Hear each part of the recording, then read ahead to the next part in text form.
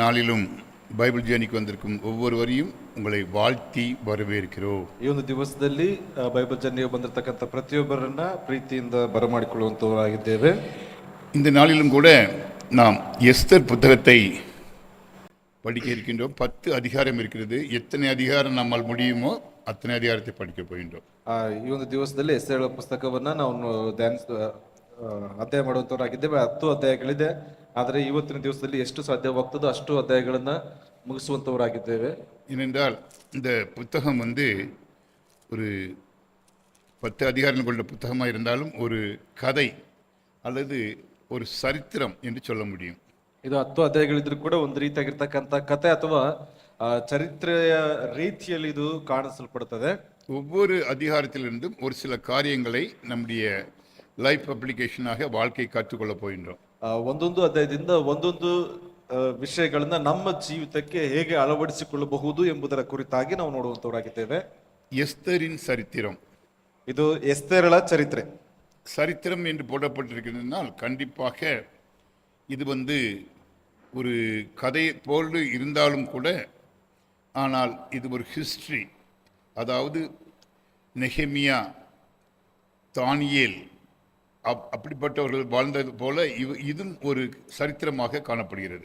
ಇಲ್ಲಿ ನೋಡ್ತೇವೆ ನೆಹೆಮಿಯ, ದಾನಿಯೇಲನು ಆ ಒಂದು ವ್ಯಕ್ತಿಗಳು ಜೀವಿಸಿರುವಂತ ರೀತಿಯಲ್ಲಿ ಎಸ್ತೇರಳು ಜೀವಿತಾವಧಿ ಇರಲ್ಪಡುತ್ತದೆ. ಮಾತ್ರವಲ್ಲದೆ ಒಂದು ಕಥೆ ಅದೇ ರೀತಿಯಾಗಿ ಒಂದು ರೀತಿಯಾದಂತಹ ಇತಿಹಾಸದ ರೀತಿಯಲ್ಲಿ ಕಾಣಿಸಿಕೊಳ್ಳುವುದಾಗಿದೆ. தானியேலினுடைய காலத்திலே இந்த சம்பவம் நடந்திருக்கலாம். ಇದು ದಾನಿಯೇಲನ ದಿವಸಗಳಲ್ಲಿ ಇದು ನಡೆದಿರಬಹುದಾಗಿದೆ. ஏனென்றால் இங்கு அழகாக நாம் படிக்கப் போகின்றோம். மொர்தெக்காய் என்கும் ஒரு மனிதன் பாபிலோனுக்கு சிறைப்பட்டு போகப்பட்டான். அந்த தானியேல் எப்படி சிறைப்பிடிக்கப்பட்டு போனானோ அதே நேரத்திலே மொர்தெக்காய் பிடிக்கப்பட்டு போகிறான். ದಾನಿಯೇಲನು ಹೇಗೆ ಸರಿಯಾಗಿ ಆತನು ಓದಲ್ಪಟ್ಟಿದ್ದಾನೋ ಅದೇ ರೀತಿಯಾಗಿ ಮೊರ್ದೆಕೈಯು ಸಹ ಆತನು ಸರಿಯಾಗಿ ಒಯ್ಯಲ್ಪಟ್ಟಿರತಕ್ಕಂಥದ್ದಾಗಿದೆ. இரண்டாவதாக இந்த நாட்களில்தான் நெகேமியாவுக்கு, எஸ்ராவுக்கு தேவனுடைய தயவு கிடைக்கின்றது. ಈ ಸಂದರ್ಭಗಳಲ್ಲಿ ಎಜ್ರನಿಗೆ, ನೆಹೆಮೀಯನಿಗೆ ದೇವರ ದಯೆ, ದೇವರ ಒಂದು ಪ್ರವಾದನೆಗಳು ಅದು ದೊರೆಯಲ್ಪಟ್ಟಿರತಕ್ಕಂಥದ್ದಾಗಿದೆ. மேலும் சகரியா புத்தகம் இந்த நேரத்தில் தான் எழுதப்பட்டது. ಅದೇ ರೀತಿಯಾಗಿ ಜಕರಿಯನ ಪುಸ್ತಕವು ಸಹ ಇದೇ ಸಂದರ್ಭದಲ್ಲಿ ಬರೆಯಲ್ಪಟ್ಟಿರತಕ್ಕಂಥದ್ದಾಗಿದೆ. பிரியமானவர்களே, இது ஒரு சரித்திர புத்தகம் என்று நாம் வைத்துக் கொள்வோம். ಇದನ್ನ ಚರಿತ್ರೆಯ ಪುಸ್ತಕವಾಗಿ ನಾವು ಪರಿಗಣಿಸಬಹುದಾಗಿದೆ. 2 ராஜாக்கள் 2 நாளாகமத்தை பார்க்கும் பொழுது கடைசியாக பாபிலோனுக்கு யூதர்கள் சிறைப்பட்டு போகின்றார்கள். அதனுடைய கண்டினியூட்டி தான் இது. ಅಲ್ಲಿ 1 ಅರಸು, 1-2 ಅರಸುಗಳ ಪುಸ್ತಕ, 1-2 ಪುರಾತನ ಪುಸ್ತಕದಲ್ಲಿ ಗಮನಿಸುವುದಾದ್ರೆ ಬಾಬಿಲೋನಿಗೆ ಸರಿಯಾಗಿ ಒಯ್ಯಲ್ಪಟ್ಟಿರತಕ್ಕಂಥದ್ರ ಒಂದು ಕಥೆಯಾಗಿರಲ್ಪಡುತ್ತದೆ. இதனுடைய பேக்ரவுண்ட், ಅದರ ಹಿನ್ನೆಲೆ. எஸ்தரின் சரித்திரம் என்று ஏன் பெயர் வைத்தார்கள்? ಎಸ್ತೇರಳ ಒಂದು ಚರಿತ್ರೆ ಎಂಬುದಾಗಿ ಯಾಕೆ ಇದನ್ನ ಹೆಸರಿಟ್ಟಿದ್ದಾರೆ? இங்கு எஸ்தர் என்ற ஒரு பெண்மணிக்கு தான் அதிகமாக இம்பார்ட்டன்ஸ் கொடுக்கப்பட்டிருக்கிறது. ಇಲ್ಲಿ ಎಸ್ತೇರಳು ಎಂಬುವಂತ ಸ್ತ್ರೀಗೆ ಅಧಿಕವಾಗಿರ್ತಕ್ಕಂಥ ಮನ್ನಣೆಯನ್ನ ಈ ಒಂದು ಭಾಗದಲ್ಲಿ ಕೊಡಲ್ಪಟ್ಟಿದೆ. அந்த காலத்திலே பெண்களுக்கு அவ்வளவு இம்பார்ட்டன்ஸ் கிடையாதுங்க. ಆ ಒಂದು ದಿವಸಗಳಲ್ಲಿ ಸ್ತ್ರೀಯರಿಗೆ ಅಷ್ಟರ ಮಟ್ಟಿಗೆ ಮನ್ನಣೆ ಸಿಕ್ಕುತ್ತಾ ಇರಲಿಲ್ಲ. ஆனால் தேவனுடைய திட்டம் என்ன? பெண்களையும் சரிசமமாக வைத்து வேதத்திலே காட்ட வேண்டும் என்று. ದೇವರ ಒಂದು ಆಲೋಚನೆ ಸ್ತ್ರೀಯರನ್ನು ಕೂಡ ಸರಿ ಸಮಾನದ ರೀತಿಯಲ್ಲಿ ತೋರಿಸಲ್ಪಡಬೇಕು ಎಂಬುವಂತ ಒಂದು ಆಸೆ.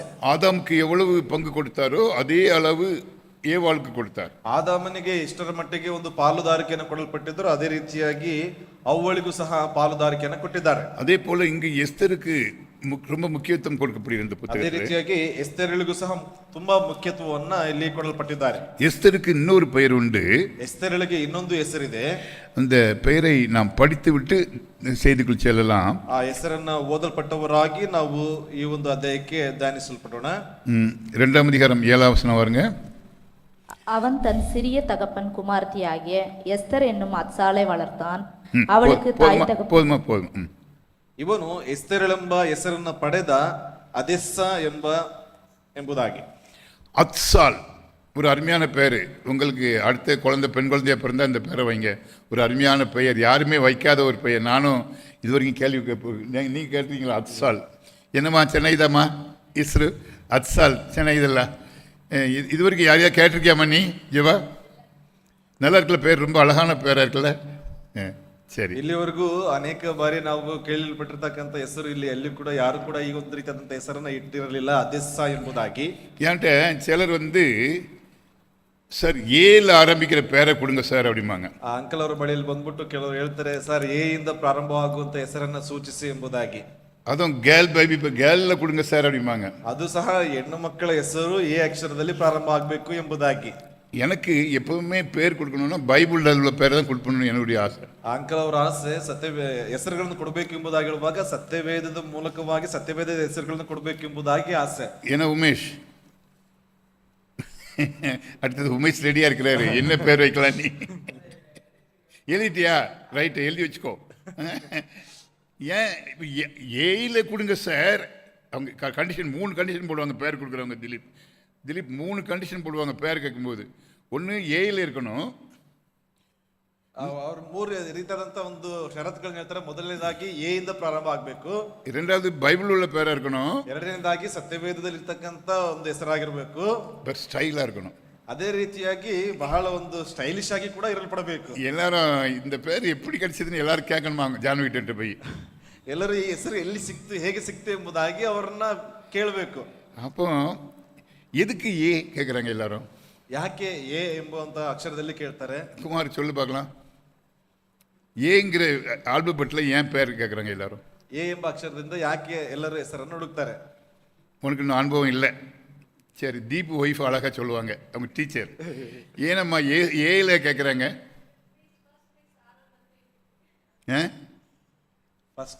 ಫಸ್ಟ್ ಪ್ರಯಾರಿಟಿ ಏನ ಫಸ್ಟ್ ಎಲ್ಲದರಲ್ಲೂ ಫಸ್ಟ್ வருவாங்க. சரி, ஃபர்ஸ்ட் ப்ரியாரிட்டி. எங்கே ஃபர்ஸ்ட் ப்ரியாரிட்டி? ಅವ್ರು ಕೇಳ್ತಾ ಇರೋದು ಎಲ್ಲರೂ ಯಾಕೆ ಫಸ್ಟ್ ಎ ಅಕ್ಷರದಿಂದ ಇದು ಮಾಡ್ತಾರೆ ಅಂತ, ನಮ್ದಲ್ಲ. First priority, okay. First priority எதுனாலும் இது லிஸ்ட்டு போடும்போது ஏங்கிறது தான் முதல் கிடைக்கும். சரி, எஸ்பெஷலி பிரகாஷ் வந்திருக்கிறார். பிரகாஷ்க்கு இந்த கேள்வி பதில் சொல்லிட்டு எல்லாரும் ஏங்கிற பேரை ஏன் விரும்புகிறாங்க? ஏல வரைக்கும் ஒரு பேர் வைங்க அங்கிள்னு கேட்குறாங்க. ஏன் கேட்குறாங்க அப்படி? ஃபர்ஸ்டா இருக்கணும் எல்லாத்துலயும். எல்லாத்துலேயும் ஃபர்ஸ்ட்டாக இருக்கணும். சரி, எல்லாத்துலேயும் ஒன்று சொல்லுங்களேன். ஒரே ஒரு பாய் எல்லாங்கிறீங்க எல்லாருமே. ஒன்றில் என்னப்பா இந்த ஆனந்த் ஓடி வராரு பதில் சொல்றதுக்கு. அவர் பேர் ஆனந்த், ஏ தான், அவர் ஏ தான். ஏன்னு கொடுத்தாச்சுன்னா ಫಸ್ಟ್ல ಉட்காந்துருப்பா ಕ್ಲಾಸ್ ರೂಮ್ல. ಎ ಅಂತ ಕೂರಿಸಿದ್ರೆ, ಎ ಅಂತ ಇಟ್ರೆ ಫಸ್ಟ್ ಮೊದಲೇ ಕೂತ್ಕೊಳ್ತಾರೆ. யூ உள்ரீச்னு வச்சிருங்க. உள்ரீச் வந்து எங்க உட்காந்துருப்பாரு? யாருக்கு உள்ரீச்சுங்கிற பேரே பிடிக்காது. ಉಲ್ರಿಚ್ ಎಂಬ ಹೆಸರು ಯಾರಿಗೂ ಇಷ್ಟವಾಗುವುದಿಲ್ಲ.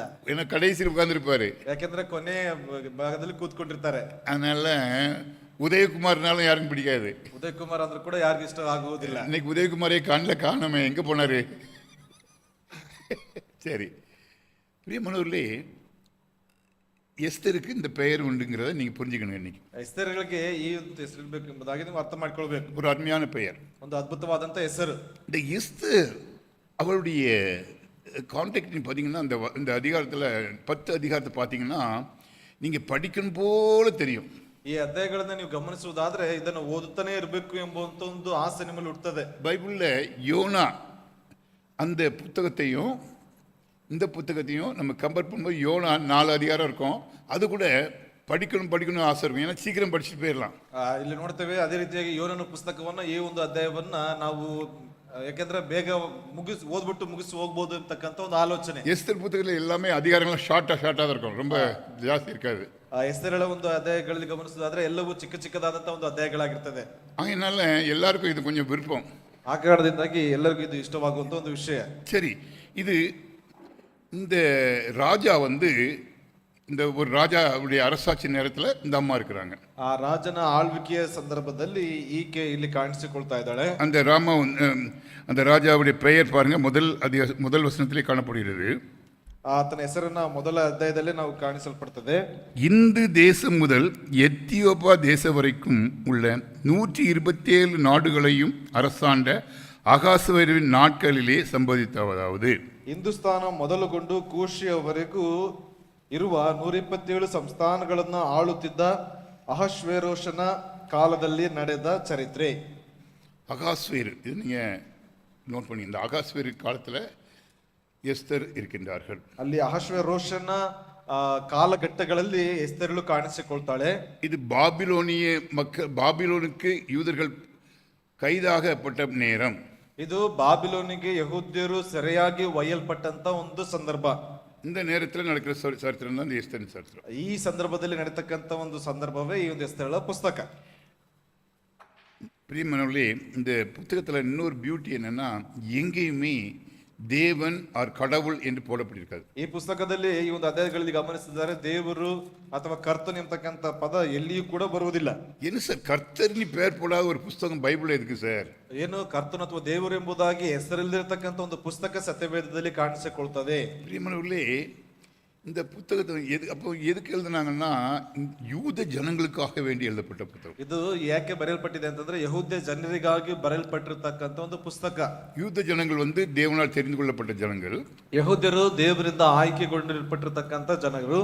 அவங்க அது மட்டும் இல்லை, இன்னைக்கு நீங்கள் எருசலேம் போனாலும் யூதர்களுக்கு என்று ஆலயங்கள் அவர்கள் உண்டு. அந்த ஆலயத்தில் இந்த புத்தகத்துக்கு அதிக மரியாதை கொடுக்குறாங்க. ಈ ಒಂದು ದಿವಸಗಳಲ್ಲಿ ನೀವು ಇಸ್ರಾಯೇಲ್ ದೇಶಕ್ಕೆ ಹೋದ್ರೆ ಯಹೂದ್ಯರ ಒಂದು ಆಲಯಗಳಲ್ಲಿ ಕಾಣಿಸಿಕೊಳ್ತದೆ.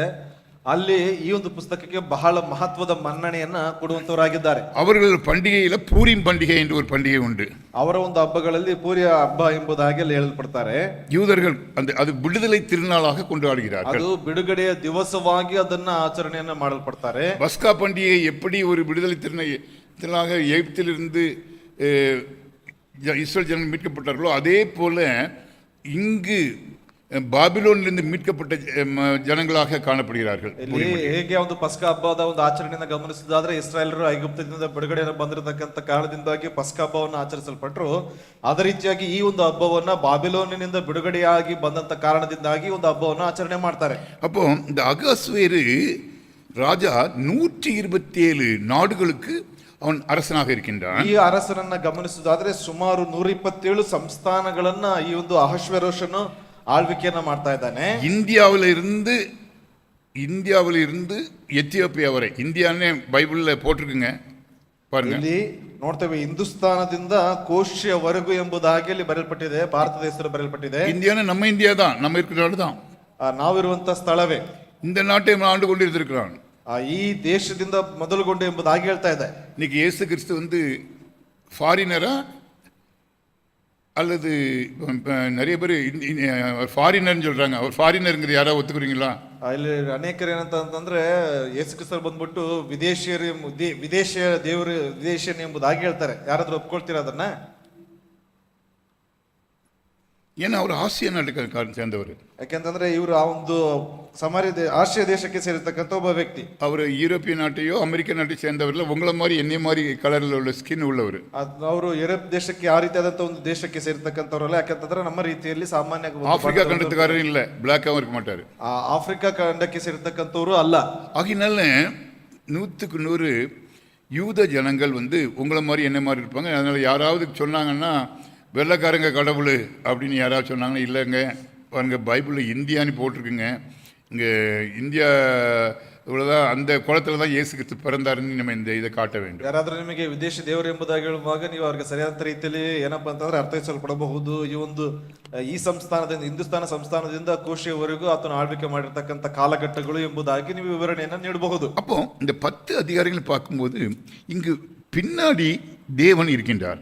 ಈ ಒಂದು 10 ಅಧ್ಯಾಯಗಳನ್ನು ಗಮನಿಸುವುದಾದ್ರೆ ಇದರ ಹಿಂಭಾಗವಾಗಿ ದೇವರಲ್ಲಿ ತನ್ನ ತೋರ್ಪಡಿಕೆಯನ್ನ ತೋರ್ಪಡಿಸ್ತಾರೆ. ஒருவேளை வெளியில தெரியாது, ஆனா தேவன் தேவன் பெயர் இல்லை, கடவுள் தேவன் கர்த்தர் என்று பெயர் இல்லை.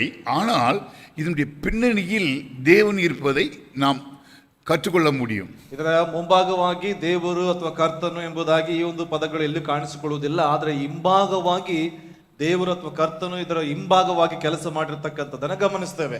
சரி, 1ஆம் அதிகாரம் ನೋಡಿ திருப்பிக்கொள்ளுங்க. ಮೊದಲ ಅಧ್ಯಾಯವನ್ನು ನನ್ನೊಡನೆ ತಿರುಗಿಸಿಕೊಳ್ಳ್ರಿ. இந்த 1ஆம் அதிகாரத்தை பார்க்கும்போது இங்கு இதை 3 பிரிவாக நாம் பிரிக்க முடியும். ಇದನ್ನ ಗಮನಿಸುವಾಗ 3 ಭಾಗಗಳಾಗಿ ನಾವು ಇದನ್ನು ವಿಂಗಡಣೆ ಮಾಡಬಹುದು. நீங்க முதல் 9 வசனங்களை பாருங்கள். ಮೊದಲ 9 ವಚನಗಳನ್ನ ಗಮನಿಸಿರಿ. இங்கு அந்த ராஜாவுடைய தலைமைத்துவத்தை குறித்து படிப்போம். ಅಲ್ಲಿ ಆ ಒಂದು ರಾಜನ ಅರಸುತನದ ಕುರಿತಾಗಿ ಅಲ್ಲಿ ನಾವು ನೋಡ್ತೇವೆ. இந்த அதிகாரத்துக்கு நான் கொடுத்த தலைப்பு ராஜா விருந்து, வஸ்தியின் மறுப்பு மற்றும் ஆரம்ப எஸ்தரின் கதை. ಅಲ್ಲಿ ನೋಡ್ತಾ ಇದ್ದೇವೆ ಎಸ್ತೇರಳ ಆರಂಭದ ಕತೆ ಮತ್ತು ಅತಿಶಯ ಔತಣಕೂಟ ಮತ್ತು ಅದರ ನಿರಾಕರಣೆಯ ಕುರಿತಾಗಿ ಇಲ್ಲಿ ನಾವು ನೋಡ್ತೇವೆ. இங்கு வஸ்தி என்ற ஒரு ராணியை அதிகமாக காட்டப்படுகிறது. ಇಲ್ಲಿ ವಷ್ಟ್ಯ ಎಂಬುವಂತ ರಾಣಿಯ ಕುರಿತಾಗಿ ಇಲ್ಲಿ ತೋರಿಸಲ್ಪಡ್ತಾ ಇದ್ದಾರೆ.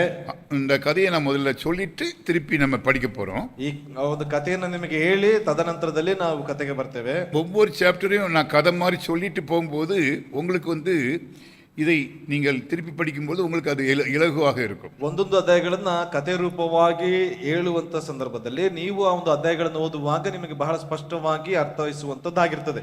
இங்கு அகாஸ்வேரு ராஜா சீட்ல உட்கார்ந்து 3வது வருஷத்துல அவன் தன்னுடைய செல்வாக்கை மற்ற அரசர்கள் காட்ட விரும்புகின்றான். ಅಲ್ಲಿ ನೋಡ್ತಾ ಇದ್ದೇವೆ ಆತನು ಆಳ್ವಿಕೆಗೆ ಬಂದ ಒಂದು 3 ವರ್ಷಗಳ ನಂತರದಲ್ಲಿ ತನ್ನ ವೈಭೋಗವನ್ನ ಇತರರಿಗೆ ತೋರ್ಪಡಿಸಲ್ಪಡಬೇಕು ಎಂಬುದಾಗಿ ಆಸೆ ಪಡ್ತಾ ಇದ್ದಾನೆ.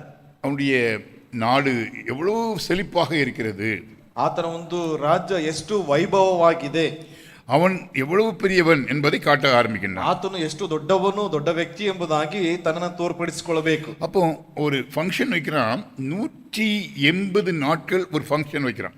ಅಲ್ಲಿ ಆ ಒಂದು ಔತಣ ಕೂಟವನ್ನು ಆತನು ಏರ್ಪಡಿಸ್ತಾ ಇದ್ದಾನೆ. 180 days.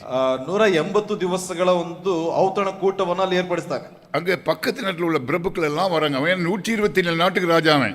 ಅಲ್ಲಿ ಆತನು ಗಮನಿಸುವುದಾದ್ರೆ 127 ಸಂಸ್ಥಾನಗಳಿಗೆ ಈತನು ಅರಸನಾಗಿದ್ದಾನೆ. ಪಕ್ಕದ ರಾಜರನ್ನೆಲ್ಲ ಕರೀತಾ ಇದ್ದಾನೆ. தன்னை பெரியவனாக காட்டிக்கொள்ள வேண்டும். ತನ್ನನ್ನ ದೊಡ್ಡವನ ರೀತಿಯಲ್ಲಿ ಬಿಂಬಿಸಲ್ಪಡುವುದಕ್ಕಾಗಿ. அப்போ 180 நாள் டெய்லி விருந்து தான். ஒவ்வொரு நாளும் ஒவ்வொரு ப்ரோக்ராம் பண்றான். ಅಲ್ಲಿ 180 ದಿವಸಗಳು ಒಂದೊಂದು ದಿವಸವೂ ಒಂದೊಂದು ಕಾರ್ಯಕ್ರಮವನ್ನು ಆತನು ನೀಡ್ತಾ ಇದ್ದಾನೆ. அதுல கடைசி 7 நாட்கள் அதிக முக்கியமான நாட்கள். ಅದರಲ್ಲಿ ಕೊನೆಯ 7 ದಿವಸಗಳು ಬಹಳ ಮುಖ್ಯತ್ವ ಉಳ್ಳಂತ ದಿವಸಗಳಾಗಿರಲ್ಪಟ್ಟಿದೆ. அங்கு 7 நாட்களும் யாருமே சாப்பிடாத விதமான ஒரு விருந்து கொடுக்குறான். ಅಲ್ಲಿ ಆ 7 ದಿವಸಗಳಲ್ಲಿ ಯಾರು ಕೂಡ ಕೊಡದೇ ಇರತಕ್ಕಂತ ಔತಣವನ್ನ ಕೊಡಿಸ್ತಾ ಇದ್ದಾನೆ. அவங்களுக்கு எல்லாருக்கும் பொன்னினால் செய்யப்பட்ட பாத்திரத்தை கொடுத்து அதுல தான் காபி குடிக்கணுங்க. தங்கத்துல காபி குடிக்க வைக்கிறான். ಅಲ್ಲಿ ಧೂಮ್ರವರ್ಣವುಳ್ಳಂತ ನೀಲಿ ಬಟ್ಟಣಗಳು ಇರ್ತಕ್ಕಂತ ಅದರಲ್ಲಿ ಅವ್ರು ಏನ್ ಮಾಡ್ತಾ ಇದ್ದಾನೆ ಅಂತಂದ್ರೆ ಕಾಫಿ ಆಗಿರ್ಬೋದು ಅಥವಾ ನೀರನ್ನು ಕುಡಿಯುವಂತ ಒಂದು ಕಾರ್ಯಗಳನ್ನು ಕೊಡ್ತಾ ಇದ್ದಾನೆ. டெய்லி நல்ல திராட்சரசம், நம்பர் 1 திராட்சரசம் கொடுக்குறான். ಪ್ರತಿ ದಿವಸವೂ ಬಹಳ ಶ್ರೇಷ್ಠವಾದ ಉತ್ತಮವಾಗಿರ್ತಕ್ಕಂಥ ದ್ರಾಕ್ಷರಸವನ್ನ ಪಾನವಾಗಿ ಕೊಡ್ತಾ ಇದ್ದಾನೆ. அவன் முன்னாடி பெரிய பெரிய ராஜாக்கள், இந்த ராஜாக்கள் அவனுக்கு ஈக்குவலான ஆட்கள் உட்கார்ந்துருக்காங்க. ಆತನ ಮುಂಭಾಗದಲ್ಲಿ ಆತನ ಸರಿಸಮಾನವಾಗಿ ಇತರ ರಾಜರುಗಳು ಕೂತುಕೊಂಡಿದ್ದಾರೆ.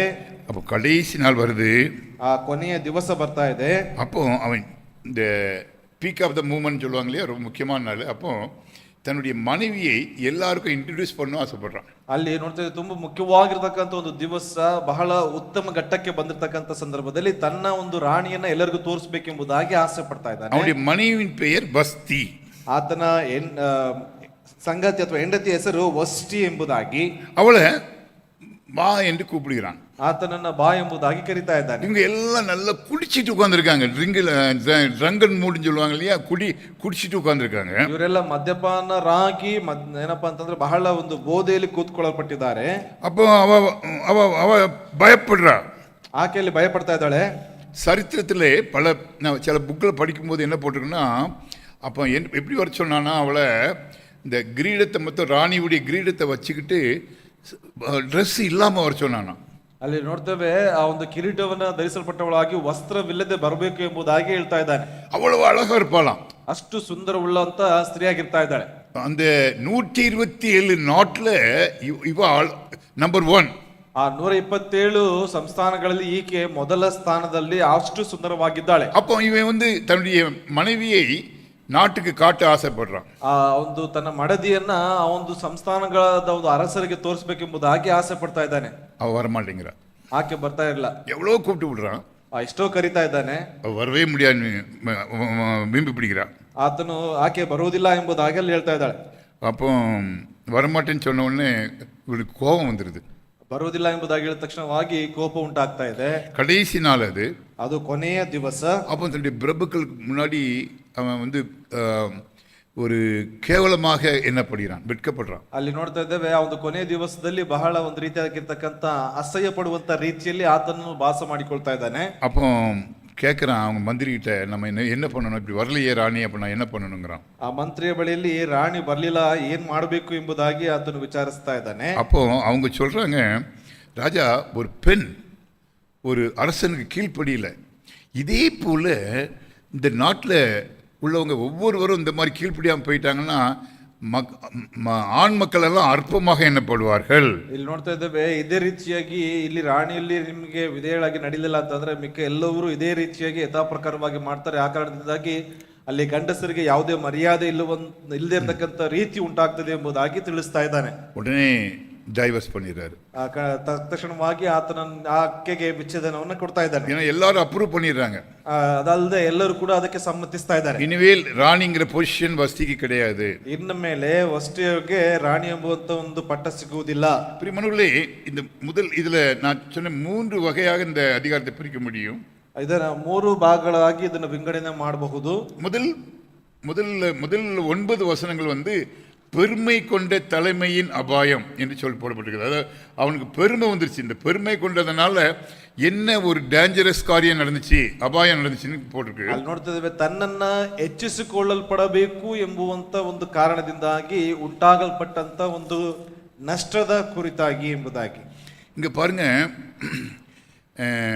அந்த முதல் 7-8 வசனம் பார்த்தீங்கன்னா, அந்த நாளில் அவன் நிறைய சாப்பிடுவான்.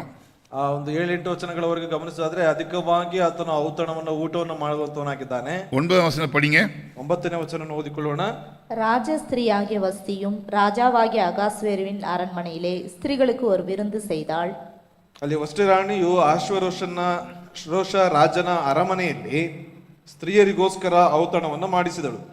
இது பாருங்க, அவளும் ஒரு விருந்து கொடுக்குறா, இவனும் விருந்து கொடுக்குறாங்க, 2 பேருமே. ಅಲ್ಲಿ ನೋಡ್ತಾ ಇದ್ದೇವೆ ಆಕೆಯು ಕೂಡ ಅಲ್ಲಿ ಸ್ತ್ರೀಯರಿಗೆ ಒಂದು ಔತಣವನ್ನು ಕೊಡ್ತಾ ಇದ್ದಾಳೆ, ಈತನು ಸಹ ಅಲ್ಲಿ ಗಂಡಸರಿಗೆ ಒಂದು ಔತಣ ಕೂಟವನ್ನು ಕೊಡ್ತಾ ಇದ್ದಾನೆ. இதுல ஒரு காரியத்தை நீங்கள் நான் கற்றுக்கொள்ள முடியும். ಇದರ ಮೂಲಕವಾಗಿ ಒಂದು ಕಾರ್ಯವನ್ನ ಕಲಿತುಕೊಳ್ಳಬಹುದು. பிரியமானவர்களே, விருந்து கொடுக்கிறது தப்பு இல்ல, ಔತಣವನ್ನು ಕೊಡುವಂತದ್ದು ತಪ್ಪಲ್ಲ.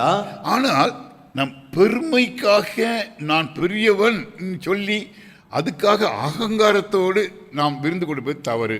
ಅಹಂಕಾರ ಮನೋಭಾವನೆ ಉಳ್ಳವರಾಗಿ ಹೆಮ್ಮೆ ಪಡುವಂತ ರೀತಿಯಲ್ಲಿ ನಾನು ಶ್ರೇಷ್ಠನೆಂಬುದಾಗಿ ತೋರಿಸಿಕೊಡುವಂತ ಒಂದು ಕಾರ್ಯದಲ್ಲಿ ಔತಣ ಕೊಡುವಂತದ್ದು ತಪ್ಪು. பெருமை ಆ ಒಂದು ರೀತಿಯಾಗಿ ಹೆಮ್ಮೆ. உங்க வாழ்க்கையில என்னுடைய வாழ்க்கையில நம்ம பர்த்டே கொண்டாடுறது தவறல்ல. ನಿಮ್ಮ ಜೀವಿತಗಳಲ್ಲಿ ನಮ್ಮ ಜೀವಿತಗಳಲ್ಲಿ ಆ ಒಂದು ಹುಟ್ಟಿದ ದಿವಸಗಳನ್ನ ಕೊಂಡಾಡುವಂಥದ್ದು ತಪ್ಪಲ್ಲ. நம்முடைய இந்த பிள்ளைங்களுக்கு நம்ம சாதாரணமாக வீட்டில் வச்சு கொண்டாடுறோம். ಆ ಮಕ್ಕಳ ಒಂದು ಹುಟ್ಟಿದ ಹಬ್ಬವನ್ನು ಸಾಧಾರಣವಾಗಿ ಮನೆಗಳಲ್ಲಿ ಆಚರಣೆಯನ್ನು ಮಾಡ್ತಾರೆ. பெரியவங்களுக்கு கூட நம்ம கொண்டாட விருப்பம் இல்லை. ದೊಡ್ಡವರ ಒಂದು ಹುಟ್ಟಿದ ಹಬ್ಬವನ್ನು ಆಚರಿಸುವಂಥದ್ದು ಕೂಡ ಅಷ್ಟರ ಮಟ್ಟಿಗೆ ಇರುವುದಿಲ್ಲ. ஏன்னா இந்த பிள்ளைங்கள்லாம் நம்ம ஒன்று சேர்ந்து குடும்பத்தோடு கூட ஒரு நாள் செலவு பண்ண வேண்டும் என்பதுதான் உண்மையான ஆசை. ಅದರ ನಿಜವಾದಂತ ಆಸೆ ಕುಟುಂಬ ಜೊತೆಯಲ್ಲಿ ಸೇರಿ ಅವರೆಲ್ಲರೂ ಸೇರಿ ಸಂತೋಷ ಪಡಬೇಕು ಎಂಬುದಾಗಿ ಆಸೆ. ஆனா அந்த நாள்ல ரொம்ப நம்ம பயபக்தியாக அதை கொண்டாட வேண்டும். அது தேவனுடைய திட்டம். பார்த்துடுங்க, ಅದೇ ಸಂದರ್ಭದಲ್ಲಿ ದೇವರನ್ನ ಭಯಭಕ್ತಿ ಉಳ್ಳವರಾಗಿ ಕೊಂಡಾಡಲ್ಪಡಬೇಕು. ಅದು ಬಹಳ ಸ್ಪಷ್ಟವುಳ್ಳಂತ ಒಂದು ಕಾರ್ಯ. என்னுடைய அடுத்த செஷன்ல ஒருவேளை இந்த எஸ்தர் முடிக்கலன்னா அடுத்த செஷன் எஸ்தராக தான் இருக்கும். அதுக்கு அடுத்த செஷனில் நான் பார்க்கும் யோபுடைய காரியங்களை பார்க்கும்போது அவர் பிறந்தநாள் கொண்டாடினார். ಅಲ್ಲಿ ನೋಡ್ತಾ ಇದ್ದೇವೆ ಬರುವಂತ ವಾರದಲ್ಲಿ ಅಥವಾ ಅದಕ್ಕೆ ಮುಂದಿನ ವಾರದಲ್ಲಿ ಬರುವಂತ ಸಂದರ್ಭದಲ್ಲಿ ಯೋಬನ ಪುಸ್ತಕವನ್ನು ಧ್ಯಾನಿಸುವಾಗ ಆತನು ತನ್ನ ಹುಟ್ಟಿದ ಹಬ್ಬವನ್ನು ಆಚರಣೆ ಮಾಡಿಕೊಳ್ಳಲಿದ್ದಾನೆ. அந்த யோபுடைய பிறந்த பிள்ளைங்களுடைய எல்லாருடைய பிள்ளைங்களுடைய பிறந்தநாள் கொண்டாடுவாரு. ಆತನು ಎಲ್ಲಾ ಮಕ್ಕಳ ಒಂದು ಹುಟ್ಟಿದ ಹಬ್ಬವನ್ನು ಆಚರಣೆ ಮಾಡ್ತಾನೆ. அப்போ பிறந்தநாள் கொண்டாடிட்டு அவர் என்ன பண்ணுவாரு, ಆತನು ಹುಟ್ಟಿದ ಹಬ್ಬವನ್ನು ಆಚರಣೆ ಮಾಡಿದ ನಂತರ ಏನ್ ಮಾಡ್ತಾನೆ, ஒரு நல்ல காரியம் பண்ணுவார். பாருங்களேன், ಒಂದು ಅದ್ಭುತವಾದಂತ ಒಳ್ಳೆಯ ಕಾರ್ಯವನ್ನ ಆತನು ಮಾಡ್ತಾನೆ. யோபு புத்தகத்துல இதுக்கு அடுத்தது புத்தகம் தான் யோபு புத்தகம். அந்த யோபு புத்தகத்துல 1ஆம் அதிகாரத்தை பாருங்க. யோபன புஸ்தಕದ ಮೊದಲ ಅಧ್ಯಾಯಗಳನ್ನ ಗಮನಿಸಿರಿ. என் பிள்ளைங்க ஏதாவது பாவம் பண்ணியிருப்பாங்களோ அப்படின்னு பிள்ளைங்களுக்காக அவர் பலியிடுவார். ಅಲ್ಲಿ ತನ್ನ ಮಕ್ಕಳು ಏನಾದರೂ ತಪ್ಪುಗಳನ್ನು ಮಾಡಿರುವರು ಎಂಬುದಾಗಿ ದೇವರಲ್ಲಿ ಆತನು ಯಜ್ಞಗಳನ್ನು ಸಮರ್ಪಿಸ್ತಾನೆ. 1ஆம் அதிகாரம் 5ஆம் வசனம் பாருங்க. ಮೊದಲ ಅಧ್ಯಾಯದ 5ನೇ ವಚನವನ್ನು ನೋಡಿ. விருந்து செய்கிற அவரவருடைய நாள் முறை முடிகிற போது யோபு, ஒருவேளை என் குமாரர் பாவம் செய்து தேவனை தங்கள் இருதயத்திலே தூஷித்திருப்பார்கள் என்று சொல்லி அவர்களை அழைத்தனுப்பி பரிசுத்தப்படுத்தி அதிகாலமே எழுந்து அவர்கள் எல்லாருடைய இலக்கத்தின்படியையும் சர்வாங்க தகன பலிகளை செலுத்துவான். இந்த பிரகாரமாக யோபு அந்த நாட்களிலெல்லாம் செய்து வருவான். ಔತಣ ಸರದಿ ತೀರಿದ ನಂತರ ಯೋಬನು ತನ್ನ ಮಕ್ಕಳು ಒಂದು ವೇಳೆ ಹೃದಯದಲ್ಲಿ ದೇವರನ್ನ ದೂಷಿಸಿ ಪಾಪ ಮಾಡಿರಬಹುದು ಎಂದು ಅವರನ್ನ ಕರೆಸಿ ಶುದ್ಧಿಪಡಿಸಿ ಬೆಳಗ್ಗೆ ಎದ್ದು ಅವರ ಸಂಖ್ಯೆಗೆ ತಕ್ಕಂತೆ ಹೋಮಗಳನ್ನ ಅರ್ಪಿಸಿದನು. யோபுக்கு 7 பையங்க 3 பொண்ணுங்க. ಆ ಯೋಬನಿಗೆ 7 ಗಂಡು ಮಕ್ಕಳು 3 ಹೆಣ್ಣು. அப்போ 7 + 3 எத்தனை? 7 3 ಎಷ್ಟಾಯ್ತು? 10 பிள்ளைங்க. 10 ಜನ ಮಕ್ಕಳು. அந்த 10 பிள்ளைங்களுடைய பர்த்டே 10 இடத்துல கொண்டாடுவாராம். ಆ 10 ಜನ ಮಕ್ಕಳ ಒಂದು ಹುಟ್ಟಿದಬ್ಬವನ್ನ 10 ಭಾಗಗಳಲ್ಲಿ ಆಚರಣೆ ಮಾಡ್ತಾರೆ. கொண்டாடிட்டு பிள்ளைங்க ஏதாவது பாவம் பண்ணியிருப்பாங்களான்னு அடுத்த நாள் விடிய காலமே போய் ஆண்டவருக்கு பலியிட்டு அவங்க பாவ மன்னிப்புக்காக அவர் நிற்பாராம். ಅಲ್ಲಿ ಅವರೇನಾದ್ರೂ ತಪ್ಪನ್ನ ಮಾಡಿದ್ದಾರೆ ಎಂಬುದಾಗಿ ಆ ಒಂದು ಕಾರ್ಯಗಳನ್ನ ಅವರು ಯೋಚಿಸಿ ಆ ಕಾರಣದಿಂದಾಗಿ ದೇವರಲ್ಲಿ ಆ ಒಂದು ಹೋಮಗಳನ್ನ ಸಮರ್ಪಿಸ್ತಾ ಇದ್ರು. பிரியமானவர்களே, இதுதான் உங்களுக்கும் எனக்கும் தேவன் கற்பிக்கும் ஒரு பாடம். ಇದು ದೇವರು ನನಗೂ ನಮಗೂ ತಿಳಿಸಿಕೊಡುವಂತ ಒಂದು ಪಾಠ.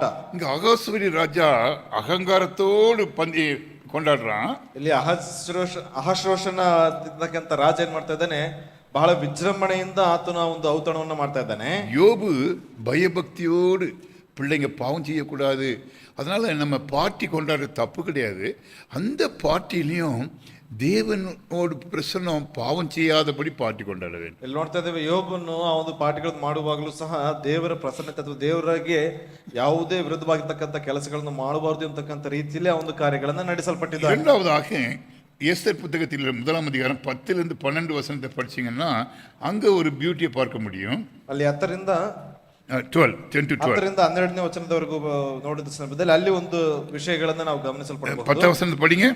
10ನೇ ವಚನ ಓದಿಕೊಳ್ಳೋಣ. 7ஆம் நாளிலே ராஜா திராட்சை ரசத்தினால் களிப்பாயிருக்கும்போது மகா ரூபவதியா இருந்த ராஜஸ்திரியாகிய வஸ்தியின் சௌந்தரியத்தை ஜனங்களுக்கும் பிரபுக்களுக்கும் காண்பிக்கும்படி ராஜகிரீடம் தரிக்கப்பட்டவளாக அவளை ராஜாவுக்கு முன்பாக அழைத்து வர வேண்டும் என்று. 7ನೇ ದಿನದಲ್ಲಿ ಅರಸನಾದ ಅಹಶ್ವೇರೋಷನು ದ್ರಾಕ್ಷರಸ ಪಾನ ಮಾಡಿ ಆನಂದ ಲಹರಿಯಲ್ಲಿದ್ದಾಗ ಬಹು ಸುಂದರಿಯಾದ ರಾಣಿಯ ಸೌಂದರ್ಯವನ್ನ ಜನರಿಗೂ ಸರದಾರರಿಗೂ ತೋರಿಸಬೇಕೆಂದು ತನ್ನ ಸಾನ್ನಿಧ್ಯ ಸೇವಕರಾದ மெஹமோன், பிஜித்தா, அர்போன், பிகேத். ரைட். அப்போ கடைசி நாளில் 7ஆம் நாள், முதல்ல 180 டேஸில் கடைசி 7 நாள் ரொம்ப முக்கியம். அந்த கடைசி நாளில் மகா பாருங்க என்ன இது கொடுத்துருக்கோம் பைபிள்லங்க, மகாரூபவதியாக இருந்த, அதாவது தி பெஸ்ட் அழகு போட்டியில் நம்பர் 1 அந்த அம்மாவை அவங்களுக்கெல்லாம் காமிக்கணும்னு கூப்பிட்டு விடுறாரு. ಅಲ್ಲಿ ನೋಡ್ತೇವೆ 180 ದಿವಸಗಳಲ್ಲಿ ಅದರಲ್ಲೂ 7 ದಿವಸಗಳ ಒಂದು ಬಹುಮುಖ್ಯವಾಗಿರುವಂತಹ ದಿವಸಗಳಲ್ಲಿ ಅದರ ಕೊನೆಯ ಕಾಲಘಟ್ಟದಲ್ಲಿ ಏನ್ ಮಾಡ್ತಾ ಇದ್ದಾನೆ, ಬಹು ಸುಂದರಿಯಾಗಿರ್ತಕ್ಕಂಥ ರಾಣಿಯ ಸೌಂದರ್ಯವನ್ನ ಜನರಿಗೂ ಮತ್ತು ಸರದಾರ ಎಲ್ಲರಿಗೂ ತೋರಿಸಲ್ಪಡಬೇಕು ಎಂಬುದಾಗಿ ಬಯಸ್ತಾ ಇದ್ದಾನೆ. ஆனா அந்த அம்மா என்ன பண்ணாங்க தெரியுமா? ಆದ್ರೆ ಆಕೆ ಏನ್ ಮಾಡಿದ್ಲು ಗೊತ್ತಾ? 12ನೇ வசனம் படிங்க. 12ನೇ ವಚನವನ್ನು ಓದಿ. ஆனாலும் பிரதானிகள் மூலமாய் ராஜா சொல்லி அனுப்பின கட்டளைக்கு ராஜஸ்திரியாகிய வஸ்தி வரமாட்டேன் என்றாள்.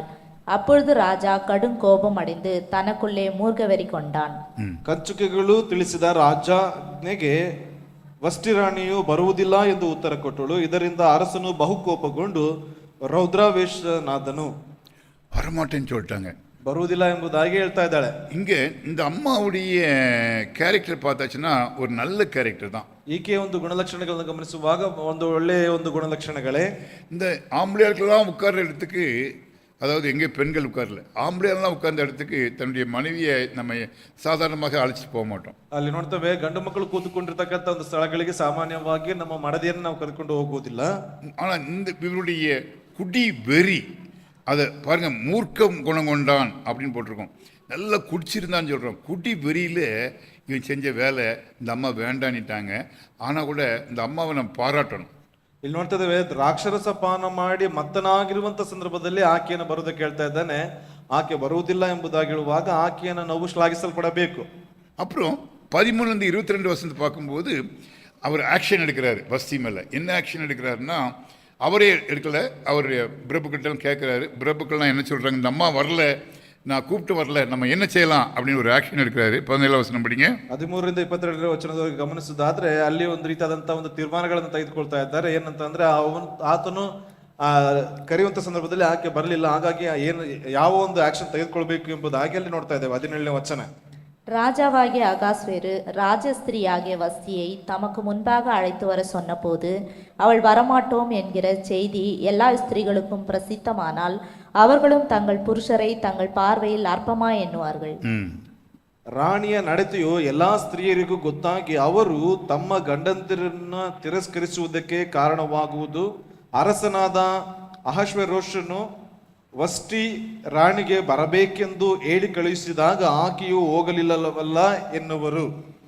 பிரியமானவர்களே, பிரபுக்கள் சொல்கிறாங்க, எல்லாம் நம்ம நாட்டு மக்கள்லாம் ஆம்பளைகளுக்கெல்லாம் இது வந்து எவ்வளோ பெரியவங்க, பெண்கள் வந்து மரியாதை கொடுக்க மாட்டாங்க, அதனால் நீங்கள் ஆக்ஷன் எடுங்கன்னு சொல்லி உடனே டைவர்ஸ் பண்ணிடுறாங்க. ಅಲ್ಲಿ ಅವ್ರೇನ್ ಹೇಳ್ತಾ ಇದಾರೆ ಅಂತಂದ್ರೆ ವಿವಿಧ ಕಾರ್ಯಗಳ ಮೂಲಕವಾಗಿ ಸ್ತ್ರೀಯರು ಅಲ್ಲಿ ಯಾವುದೇ ಏನಪ್ಪಾ ಅಂತಂದ್ರೆ ವಿಧೇಯರಾಗಿ ನಡೆದುಕೊಳ್ಳುವುದಿಲ್ಲ, ಹಾಗಾಗಿ ನೀವು ತಕ್ಷಣವಾಗಿ ತೀರ್ಮಾನಗಳನ್ನು ತೆಗೆದುಕೊಳ್ಬೇಕು ಎಂಬುದಾಗಿ ಹೇಳ್ತಾ ಇದ್ದಾರೆ. ஒரு காரியத்தை நான் கற்றுக்கொள்ள முடியும். ಒಂದು ಕಾರ್ಯವನ್ನ ಇದರಿಂದ ನಾವು ಕಲ್ತ್ಕೊಳ್ಬಹುದು. ஒரு அவிசுவாசியான ராஜா இவர் செய்த ஒரு வேலை, ಅವಿಶ್ವಾಸಿಯಾದಂತ ಈ ಒಂದು ಅರಸ ಈತನು ಮಾಡಿದಂತ ಒಂದು ಕೆಲಸ, ஒரு குடிகார ராஜா செய்த வேலை. ಅಲ್ಲಿ ನೋಡ್ತಾ ಇದ್ದೇವೆ ಮದ್ಯಪಾನಸ್ಥನಾಗಿರ್ತಕ್ಕಂಥ ರಾಜನು ಮಾಡಿರುವಂತ ಒಂದು ಕಾರ್ಯ. ஆனா நீங்களும் நானும் தேவனால் தெரிந்து கொள்ளப்பட்ட மக்கள், நமக்கு ஆலோசனை கொடுப்பவர் யார்? தேவன். ಇಲ್ಲಿ ನೋಡ್ತಾ ಇದ್ದೇವೆ ನಾವುಗಳು ದೇವರ ಮಕ್ಕಳಾಗಿರ್ತಕ್ಕಂಥ ನಾವುಗಳಿಗೆ ದೇವರು ಕೊಡುವಂತ, ನಮಗೆ ಆಲೋಚನೆ ಕೊಡುವಂತದ್ದು ದೇವರು. இங்க இந்த ஒரு பிரபுக்களை பார்த்து ஆலோசனை கேட்கிறாரு. நம்ம தேவனுடைய பிள்ளைங்க அப்படி போகக்கூடாது. ಇಲ್ಲಿ ನೋಡ್ತಾ ಇದ್ದೇವೆ ಜನಗಳನ್ನ ನೋಡಿಬಿಟ್ಟು ಅವರು ಆಲೋಚನೆ ಕೇಳ್ತಿದ್ರೆ ನಾವು ದೇವರ ಮಕ್ಕಳಾಗಿರ್ತಕ್ಕಂಥ ನಾವುಗಳು ಆ ರೀತಿಯಾಗಿ ಮಾಡಬಾರ್ದು. நம்ம என்ன பண்ணணும்? ನಾವೇನ್ ಮಾಡ್ಬೇಕು? நமக்கு ஆலோசனை வேண்டும்னா நம்ம என்ன பண்ணணும்? ನಮಗೆ ಆಲೋಚನೆ ಬೇಕು ಅಂದ್ರೆ ನಾವೇನ್ ಮಾಡ್ಬೇಕು? தேவனுடைய சமூகத்துல போய் முழங்கால் நிற்கும் போது தேவன் ಆಲೋಚನೆ கொடுப்பார். ದೇವರ ಸಮ್ಮುಖದಲ್ಲಿ ಹೋಗಿ ನಾವು ಮೊಣಕಾಲಿನಲ್ಲಿ ನಿಲ್ಲುವಾಗ ದೇವರು ಆಲೋಚನೆಗಳನ್ನ ನೀಡ್ತಾರೆ. நீ காலையில திலக்நகர் சபையில நான் 2 ಸರ್ವಿಸ್ பேசினேன். ಈ ಒಂದು ದಿವಸದಲ್ಲಿ ತಿಲಕ್ನಗರ ಸಭೆಯಲ್ಲಿ 2 ಸಭೆಗಳಲ್ಲಿ ನಾನು ಉಪದೇಶನ ಮಾಡಿದೆ. 2 ஆராதனையில பேசினேன். 2 ಆರಾಧನೆಗಳಲ್ಲಿ ನಾನು ಉಪದೇಶನ ಕೊಡಲ್ಪಟ್ಟೆ. அதுல நான் வந்து 32ஆம் சங்கீதம் 7ஆம் வசனத்தை அவங்கள தியானம் பண்ண சொன்னேன். ಕೀರ್ತನೆಗಳು 32ನೇ ಅಧ್ಯಾಯದ 7ನೇ ವಚನಗಳನ್ನ ಅವರಲ್ಲಿ ಧ್ಯಾನಿಸುವುದಕ್ಕೆ ಹೇಳಿದೆ. அதுல இந்த 32ஆம் சங்கீதம் 7ஆம் வசனத்தை நாம் படிக்கும் பொழுது ஒரு காரியத்தை கற்றுக்கொள்ள முடியும். ಅಲ್ಲಿ 32ನೇ ಅಧ್ಯಾಯದ 7ನೇ ವಚನಗಳನ್ನ ಓದುವಾಗ ಅಲ್ಲಿ ನಮಗೆ ಒಂದು ಕಾರ್ಯಗಳನ್ನು ಕಲಿತುಕೊಳ್ಳುವಂತದ್ದಾಗಿರ್ತದೆ. அங்கு சங்கீதக்காரன் என்ன சொல்கின்றார் என்றால், தேவன், you are my hiding place, நீர் என்னுடைய மறைவிடம் என்று சொல்கின்றார். ಅಲ್ಲಿ ಆತನು ದೇವರನ್ನು ನೋಡಿ, ದೇವರೇ ನೀನೇ ನನ್ನ ಮರೆಯು, ನಿರಪಾಯವಾಗಿ ನನ್ನನ್ನು ಕಾಯುವಿ ಎಂಬುದಾಗಿ ಹೇಳ್ತಾ ಇದ್ದಾನೆ. ஆண்டவரே, நான் வந்து ஆபத்து காலத்திலே உமக்கு பின்னாடி வந்து நின்றுக்கிடுவேன். ஒரு குழந்தை வந்து அவங்க அம்மாக்கு பின்னாடி நின்று எப்படி பயந்து போய் நிற்கும்போது பின்னாடி போய் சேலை பிடிச்சி நிற்குதோ அதே மாதிரி நின்றுக்கிடுவேன். ನಾನು ಭಯದ ಸಂದರ್ಭದಲ್ಲಿ ಹೇಗೆ ಒಂದು ಮಗುವು ಭಯದ ಸಂದರ್ಭದಲ್ಲಿ ತಾಯಿಯಿಂದ ಅವಿತುಕೊಳ್ತದೋ ಅದೇ ರೀತಿಯಾಗಿ ಭಯವು ಆವರಿಸಿಕೊಳ್ಳುವಾಗ ನಿಮ್ಮ ಹಿಂದೆ ನಾನು ಅವಿತುಕೊಳ್ಳುತ್ತೇನೆ. அப்போ ஆண்டவர் அதுக்கு என்ன பதில் சொல்றாரு தெரியுமா? ಅದಕ್ಕೆ ದೇವರು ಪ್ರತ್ಯುತ್ತರವಾಗಿ ಏನ್ ಹೇಳ್ತಾ ಇದ್ದಾರೆ ಗೊತ್ತಾ? 8ஆம் வசனத்தில் படிச்சீங்கன்னா, 32ஆம் சங்கீதம் 8ஆம் வசனம் படிச்சீங்கன்னா, ಆ 32ನೇ ಅಧ್ಯಾಯದ 8ನೇ ವಚನವನ್ನ ನೀವು ಓದಿದ್ರೆ, நான் உனக்கு போதித்து நீ நடக்க வேண்டிய வழியை காட்டுவேன், உன்மேல் என் கண்ணை வைத்து, பாருங்க ரொம்ப அழகா இருக்கும், ஆலோசனை சொல்லுவேன். ನಿನ್ನನ್ನು ಉಪದೇಶಿಸಿ ನಡೆಯಬೇಕಾದ ಮಾರ್ಗವನ್ನ ತಿಳಿಸುವೆನು, ನಿನ್ನನ್ನ ಕಟಾಕ್ಷಿಸಿ ಆಲೋಚನೆಯನ್ನ ಹೇಳುವೆನು ಎಂಬುದಾಗಿ ಹೇಳ್ತಾ ಇದ್ದಾರೆ. இது தேவனுடைய பிள்ளைகளாகிய உங்களுக்கு ஒவ்வொருவருக்கும் இந்த அனுபவம் உண்டு பிரியமானவர்களே. ದೇವರ ಮಕ್ಕಳಾಗಿರ್ತಕ್ಕಂಥ ಒಬ್ಬೊಬ್ಬರಿಗೂ ಈ ಒಂದು ಅನುಭವಗಳು ಉಂಟು. ஏன்னா இயேசு கிறிஸ்துக்கு ஒரு பேர் ஆலோசனை கர்த்தா. ಯಾಕೆಂದ್ರೆ ಯೇಸು ಕ್ರಿಸ್ತನಿಗೆ ಒಂದು ಹೆಸರಿದೆ, ಅದು ಆಲೋಚನಾ ಕರ್ತನು நாம் ಎಂಬುದಾಗಿ. தேவனுடைய சமூகத்திலே காத்திருக்கும் பொழுது, ನಾವು ದೇವರ ಸಮ್ಮುಖದಲ್ಲಿ ಕಾದುಕೊಂಡಿರುವಾಗ, பெரிய பெரிய பிரச்சனைகளோடு காத்து கொண்டிருக்கும் போது, ದೊಡ್ಡ ದೊಡ್ಡ ಸಮಸ್ಯೆಗಳ ಸಂದರ್ಭದಲ್ಲಿ ನಾವು ಕಾಯ್ದುಕೊಳ್ಳುವಾಗ, ஆண்டவர் வந்து நமக்கு வந்து அப்படியே காத்து அப்படியே இளங்காத்து அடிச்சு ஒரு இது அப்படியே இந்த புயல்லாம் ஓயிற மாதிரி நம்முடைய எல்லா பாடுகளும் ஓயிறத நான் என் எத்தனையோ அனுபவங்களை பார்த்துருக்கேன். ಅಲ್ಲಿ ನೋಡ್ತಾ ಇದ್ದೇವೆ, ಒಂದು ದೊಡ್ಡದಾಗಿರ್ತಕ್ಕಂಥ ಸುನಾಮಿ ಬಂದು ಹೋಗುವಂತ ರೀತಿಯಲ್ಲಿ, ತಂಗಾಳಿ ಬೀಸುವಂತ ರೀತಿಯಲ್ಲಿ ನಮ್ಮ ಒಂದು ಅನುಭವಗಳು ಉಂಟಾಗುವಂತದ್ದಾಗಿರ್ತದೆ. ஒரு அழகான ஆலோசனை சொல்லுவார். ಒಂದು ಅದ್ಭುತವಾದಂತ ಆಲೋಚನೆಯನ್ನ ಹೇಳ್ತಾರೆ. நான் வந்து எத்தனையோ காரியங்களை தேவனுடைய சமூகத்தில் காத்திருந்து மனம் திரும்பி இருக்கிறேங்க. ಎಷ್ಟೋ ಕಾರ್ಯಗಳನ್ನ ದೇವರ ಸಮ್ಮುಖದಲ್ಲಿ ಕಾದುಕೊಳ್ಳಲ್ಪಟ್ಟವನಾಗಿ ಮಾನಸಾಂತರ ಹೊಂದಲ್ಪಟ್ಟಿದ್ದೇನೆ. ஆண்டவர் நிறைய நேரங்கள்ல சில ஆட்களோடு கோவத்துல போய் நான் முழங்கால் போட்டிருப்பேன். கோவப்பட்டுட்டு முழங்கால் போட்டிருப்பேன். ಕೆಲವು ವ್ಯಕ್ತಿಗಳ ಮೇಲೆ ಕೋಪ ಉಳ್ಳವನಾಗಿ ಕೋಪವನ್ನು ಮಾಡಿಕೊಂಡು ಮೊಣಕಾಲಿನಲ್ಲಿ ನಿಂತುಕೊಂಡಿರ್ತೀನಿ. அப்போ அந்த ஆளுக்காக ஜெபம் பண்ணுவேன். ಆ ವ್ಯಕ್ತಿಗಾಗಿ ಪ್ರಾರ್ಥನೆಯನ್ನ ಮಾಡ್ತೀನಿ. ஆண்டவர் என்ன சொல்லுவார் தெரியுமா? ದೇವರು ಏನ್ ಹೇಳ್ತಾರೆ ಗೊತ್ತಾ? நீ அந்த ஆளை கோவப்பட்ட தப்பு, நீ போய் மன்னிப்பு கேட்கணும்னு சொல்லுவார். ನೀನು ಆ ವ್ಯಕ್ತಿಯ ಮೇಲೆ ಕೋಪ ಮಾಡಿಕೊಂಡಿರ್ತಕ್ಕಂಥದ್ದು ತಪ್ಪು, ನೀನು ಹೋಗಿ ಕ್ಷಮಾಪಣೆಯನ್ನ ಕೇಳು. என்னை போல் நீ உன்னை தாழ்த்து என்று சொல்லி கொடுப்பார். ನನ್ನ ರೀತಿಯಲ್ಲಿ ನಿನ್ನ ನೀನು ತಗ್ಗಿಸಿಕೋ ಎಂಬುದಾಗಿ ಹೇಳ್ತಾರೆ. அந்த சொல்யூஷன் எனக்கு என்னுடைய லைஃப்ல நிறைய அது ஆலோசனை கொடுத்த தேவன். ಆ ರೀತಿಯಾದಂತ ಅನೇಕ ಆಲೋಚನೆಗಳನ್ನ ಕೊಟ್ಟಿರ್ತಕ್ಕಂಥ ನನ್ನ ದೇವರು. மாறாக நாம் பலரிடத்தில் போய் இந்த அகஸ்வரி ராஜா போல அவிசுவாசிகளோடு போய் ஆலோசனை கேட்கும்போது அந்த ஆலோசனை ஒருவேளை நம்முடைய இச்சையை பூர்த்தி செய்வதாக இருந்தாலும் கூட அது ஒரு டேமேஜிங். ಅಲ್ಲಿ ನೋಡ್ತೇವೆ ಆ ಒಂದು ಅಹಷ್ವೇರೋಷನು ಅಲ್ಲಿ ನೋಡ್ತಾ ಇದ್ದೇವೆ ಅವಿಶ್ವಾಸಿಯಾಗಿರ್ತಕ್ಕಂಥ ಒಂದು ವ್ಯಕ್ತಿಗಳ ಬಳಿಯಲ್ಲಿ ಆಲೋಚನೆಗಳನ್ನ ಕೇಳದಂತ ರೀತಿಯಲ್ಲಿ ನಾವುಗಳು ಕೇಳುವಂತ ಸಂದರ್ಭದಲ್ಲಿ ಅದೇನಾಗ್ತದೆ ಅಂತಂದ್ರೆ ನಮ್ಮ ಜೀವಿತವನ್ನು ನಾವು ಕೆಡಿಸಿಕೊಳ್ಳುವಂತ ರೀತಿಯಲ್ಲಿ ಅದನ್ನ ತೆಗೆದುಕೊಂಡು ಹೋಗಲ್ಪಡ್ತದೆ. இரண்டாவது அதிகாரத்துக்கு நாம் கடந்து செல்லலாம். ಎರಡನೇ ಅಧ್ಯಾಯಕ್ಕೆ ನಾವು ತಿರುಗಿಸಿಕೊಳ್ಳೋಣ. அப்புறம் பாருங்க, அங்க ராஜாவுக்கு இப்போ ஒரு பொண்ணு தேடுறாங்க. ಅಲ್ಲಿ ರಾಜನಿಗೆ ಅಲ್ಲಿ ಹೆಣ್ಣನ್ನು ಹುಡುಕ್ತಾ ಇದ್ದಾರೆ. அந்த ஊர் வழக்கத்தின்படி அந்த பொண்ணு ஏறக்குறைய 1 வருஷம் ட்ரைனிங் எடுக்கணும். ಆ ಒಂದು ಊರಿನ ಅಥವಾ ಆ ಒಂದು ಕಲಾಚಾರದ ಪ್ರಕಾರವಾಗಿ ಆ ಒಂದು ಸ್ತ್ರೀ 1 ವರ್ಷಗಳವರೆಗೆ ಆಕೆನಪ್ಪ ಅಂತಂದ್ರೆ ತರಬೇತಿಯನ್ನು ಹೊಂದಿಕೊಳ್ಬೇಕು. அரண்மனை கூட்டு வந்துருவாங்க. ಅರಮನೆಗೆ ಕರೆದುಕೊಂಡು ಬಂದು ಬಿಡ್ತಾರೆ. அதுக்குன்னு ஒரு ரூம் கொடுப்பாங்க. ಆಕೆಗೆ ಎಂಬುದಾಗಿ ಒಂದು ಕೋಣೆಯನ್ನ ಕೊಡ್ತಾರೆ. அதுக்கு நிறைய ப்ரொசீஜர்ஸ் இருக்குது. ಅದಕ್ಕೆ ಅನೇಕ ರೀತಿಯಾಗಿರ್ತಕ್ಕಂಥ ಒಂದು ಕ್ರಮಬದ್ಧತೆಗಳಿದೆ. அப்போ அதுல ஒரு முக்கியமான ப்ரொசீஜர் என்னன்னா, மகா சௌந்தரியம் முதல்ல வஸ்திக்கிறச்சு இல்லையா, ரொம்ப ரொம்ப அழகானவளா இருக்கணும். ಅಲ್ಲಿ ಮೊದಲ ಒಂದು ಕಾರ್ಯ ಏನಪ್ಪಾ ಅಂತಂದ್ರೆ ಬಹು ಸುಂದರಿಯಾಗಿರಲ್ಪಡಬೇಕಾಗಿರ್ತಾ ಇತ್ತು. அப்போ நிறைய பேர் வராங்க. ಅನೇಕರು ಬರ್ತಾ ಇದ್ದಾರೆ. அனைவரும் தங்கி இருக்காங்க. ಅನೇಕರು ಬಂದು ಉಳ್ಕೊಂಡಿದ್ದಾರೆ ராஜா அரண்மனையில. ಆ ರಾಜನ ಮನೆಯಲ್ಲಿ ತಂಗಿಕೊಂಡಿದ್ದಾರೆ. அவர்களுக்கு டெய்லி ட்ரெஸ் கொடுக்கப்படும், அவங்களுடைய சரீரம் சுத்திகரிக்கப்படும். ராஜா பார்த்துக்கிட்டே இருப்பாரு. ராஜாவுக்கு கடைசியில் எது பிடிக்குதோ அதுதான் ராணி. ಅಲ್ಲಿ ನೋಡ್ತೇವೆ ಪ್ರತಿನಿತ್ಯವೂ ಅವರಿಗೆ ವಸ್ತ್ರಗಳನ್ನು ನೀಡಲಾಗ್ತದೆ. ಪ್ರತಿ ದಿವಸವೂ ತಮ್ಮನ್ನು ತಾವು ಶುದ್ಧೀಕರಿಸಿಕೊಳ್ಬೇಕು. ಅಲ್ಲಿ ರಾಜನಿಗೆ ಯಾರು ಇಷ್ಟವಾಗ್ತಾರೋ ಅವರನ್ನ ಅವರು ಮದುವೆ ಆಗುವಂತವರಾಗಿರ್ತಾರೆ. அப்போ போட்டிருக்குன்னா, ஒரு யூதன் இருக்கிறாரு. அவர் அவர் என்ன பண்றாருன்னா, ராஜாவுடைய அரண்மனையில் அவர் வாட்ச்மேனா இருக்கிறார். ಅಲ್ಲಿ ಒಬ್ಬ ಯಹೂದನಿದ್ದಾನೆ. ಆತನ ಏನ್ ಮಾಡ್ತಾ ಇದ್ದಾನೆ ಅಂದ್ರೆ ಅರಸನ ಮನೆಯಲ್ಲಿ ಅರಮನೆಯಲ್ಲಿ ಆತನು ಕಾವಲುಗಾರನಾಗಿದ್ದಾನೆ. அவர் ஒரு பிள்ளையை எடுத்து வளர்க்கிறார். ಆತನು ಬಂದ್ಬಿಟ್ಟು ಒಬ್ಬ ಹುಡುಗಿಯನ್ನ ಆತನು ಬೆಳೆಸ್ತಾ ಇದ್ದಾನೆ. அவருடைய தம்பி மகா, ಆತನ ತಮ್ಮನ ಮಗ. அவன் தம்பியும் இறந்து போயிடுறாங்க, தம்பி மனைவியும் இறந்து போயிடுறாங்க. ತಮ್ಮ ಮತ್ತು ತಮ್ಮನ ಹೆಂಡತಿ ಇಬ್ಬರು ಕೂಡ ಮರಣ ಹೊಂದಲ್ಪಟ್ಟಿದ್ದಾರೆ. அந்த பிள்ளையை எடுத்து வளர்க்கிறாரு. ಆ ಒಂದು ಮಗುವನ್ನ ಬೆಳೆಸ್ತಾ ಇದ್ದಾನೆ. அந்த பிள்ளைக்கு எஸ்தர் என்று பெயரிடுகின்றார். ಆಕೆಗೆ ಎಸ್ತೇರಳು ಎಂಬುವಂತ ಹೆಸರನ್ನು ಇಡುತ್ತಾನೆ. அப்போ யூத வம்சத்தில் பிறந்த எஸ்தர் தன்னுடைய எடுப்பு தந்தையாகிய ಮೊರ್ದೆಕಾಯಿக்கு ಅವள் ಉண்மை உள்ளவளாக இருந்தாள். ಅಲ್ಲಿ ಯಹೂದ್ಯರಲ್ಲಿ ಹುಟ್ಟಿರ್ತಕ್ಕಂಥ ಎಸ್ತೇರಳು ಏನಂತಂದ್ರೆ ತನ್ನ ದತ್ತು ತಂದೆ ಆಗಿರ್ತಕ್ಕಂಥ ಆ ವ್ಯಕ್ತಿಗೆ ಏನಪ್ಪಾ ಅಂತಂದ್ರೆ ಕೃತಜ್ಞತೆ ಉಳ್ಳವಳಾಗಿದ್ದಾಳೆ. ಅವಳು ಅಳಗಿ போட்டிக்கு போறா. ಆಕೆಯು ಕೂಡ ಒಂದು ಸೌಂದರ್ಯ ಸ್ಪರ್ಧೆಗೆ ಹೋಗ್ತಾ ಇದ್ದಾಳೆ. ಅವಳು ಸೆಲೆಕ್ಟ್ ಆಗಲ್ಲ, ಹಂಗೆ ತಂಗಿ இருக்கிறா. ಆಕೆಯನ್ನು ಆಯ್ಕೆ ಆಗಲಿಲ್ಲ. ಅದರಲ್ಲಿ ಆ ಒಂದು ಭಾಗದಲ್ಲಿ ಏನಪ್ಪಾ ಅಂದ್ರೆ ಉಳಿದುಕೊಂಡಿದ್ದಾಳೆ. அந்த கன்னி மாடம் என்று சொல்லிட்டு ராஜா உலாவுவாரு. அங்க இந்த கன்னிகள் எல்லாம் உட்கார்ந்திருப்பாங்க. ಅಲ್ಲಿ ನೋಡ್ತೇವೆ ಆ ಒಂದು ಭಾಗದಲ್ಲಿ ಆ ಒಂದು ಪೈಪೋಟಿಯನ್ನು ಏರ್ಪಡಿಸಿರ್ತಕ್ಕಂಥ ಸ್ಥಳದಲ್ಲಿ ಅವರು ಕೂತ್ಕೊಳ್ಪಟ್ಟಿದ್ದಾರೆ. அவங்க ಟರ್ನ್ வரும்போது அந்த ராணி அந்த கன்னி போக வேண்டும். ಆಕೆಯ ಒಂದು ಸಮಯ ಬರುವಂತ ಸಂದರ್ಭದಲ್ಲಿ ಆಕೆ ಅಲ್ಲಿ ಹೋಗಲ್ಪಡಬೇಕು. ராஜா விரும்பி கூப்பிட்டவங்க தான் போகணும். ಅಲ್ಲಿ ರಾಜನು ಇಷ್ಟಪಟ್ಟು ಕರೆಯುವಂತವರು ಹೋಗಲ್ಪಡಬೇಕು. அப்போ இவளும் அங்கே இருக்கும்போது அங்க அவள் ಮೊರ್ದೆಕಾಯಿಯ சொந்தக்காரி என்பதை காட்டிக்கொள்ளவில்லை. ಅಲ್ಲಿ ಆಕೆ ಆ ಒಂದು ಭಾಗದಲ್ಲಿ ಇರುವಾಗ ಮೊರ್ದೆಕೈಯ ಒಂದು ಸ್ವಂತದವಳು ಅಥವಾ ಆತನ ಕುಟುಂಬಕ್ಕೆ ಸೇರಿರ್ತಕ್ಕಂಥವಳು ಎಂಬುದಾಗಿ ತೋರ್ಪಡಿಸಿದ. ರಾಜ ಇವ ಮೇಲೆ ரொம்ப ಅன்பு வைக்கிறான். ಈತನ ಮೇಲೆ ಈಕೆಯ ಮೇಲೆ ಬಹಳ ಪ್ರೀತಿ ನೀಡ್ತಾನೆ. அதனால இவளுக்கு இந்த ஸ்லாக்கியம் கிடைக்குது. ಈಕೆ ಅರಸನ ದಯೆಗೆ ಪಾತ್ರಳಾಗ್ತಾ ಇದ್ದಾಳೆ. அப்போ இந்த காரியம் அவளுக்கு கிடைச்ச உடனே அவளுக்கு ரொம்ப சந்தோஷம். ಅದು ಸಿಕ್ಕ ನಂತರದಲ್ಲಿ ಆಕೆಗೆ ತುಂಬಾ ಸಂತೋಷವಾಗ್ತಾ ಇದೆ. அப்போ ராஜா வந்து தன்னுடைய எல்லா பிரபுக்களையும் மறுபடியும் கூட்டிட்டு வந்து எஸ்தருடைய செலெக்ஷனுக்காக மறுபடியும் ஒரு விருந்து கொடுக்குறான். ಅಲ್ಲಿ ನೋಡ್ತಾ ಇದ್ದೇವೆ ಪುನಃ ಈತನು ಒಂದು ಔತಣಕೂಟವನ್ನು ಸಿದ್ಧಪಡಿಸಿ ಎಸ್ತೇರಳನ್ನು ತೋರಿಸಲ್ಪಡ್ತಾನೆ. அப்போ இவன் வந்து வாசல் காத்துக்கிட்டு இருக்கான். ಮೊರ್ದೆಕಾಯ್ ವಾಸಲ್ ಕಾத்துக்கிட்டு ವಾಚ್ಮನ್ இருக்கிறான். ಅಲ್ಲಿ ಮೊರ್ದೆಕಾಯಿ ಆತನು ಏನಪ್ಪಾ ಅಂತಂದ್ರೆ ಕಾವಲುಗಾರನಾಗಿ ಕೆಲಸ ಮಾಡ್ತಾ ಇದ್ದಾನೆ. அப்போ 2 பேரு ராஜாவை கொலை பண்ணணும்னு வராங்க.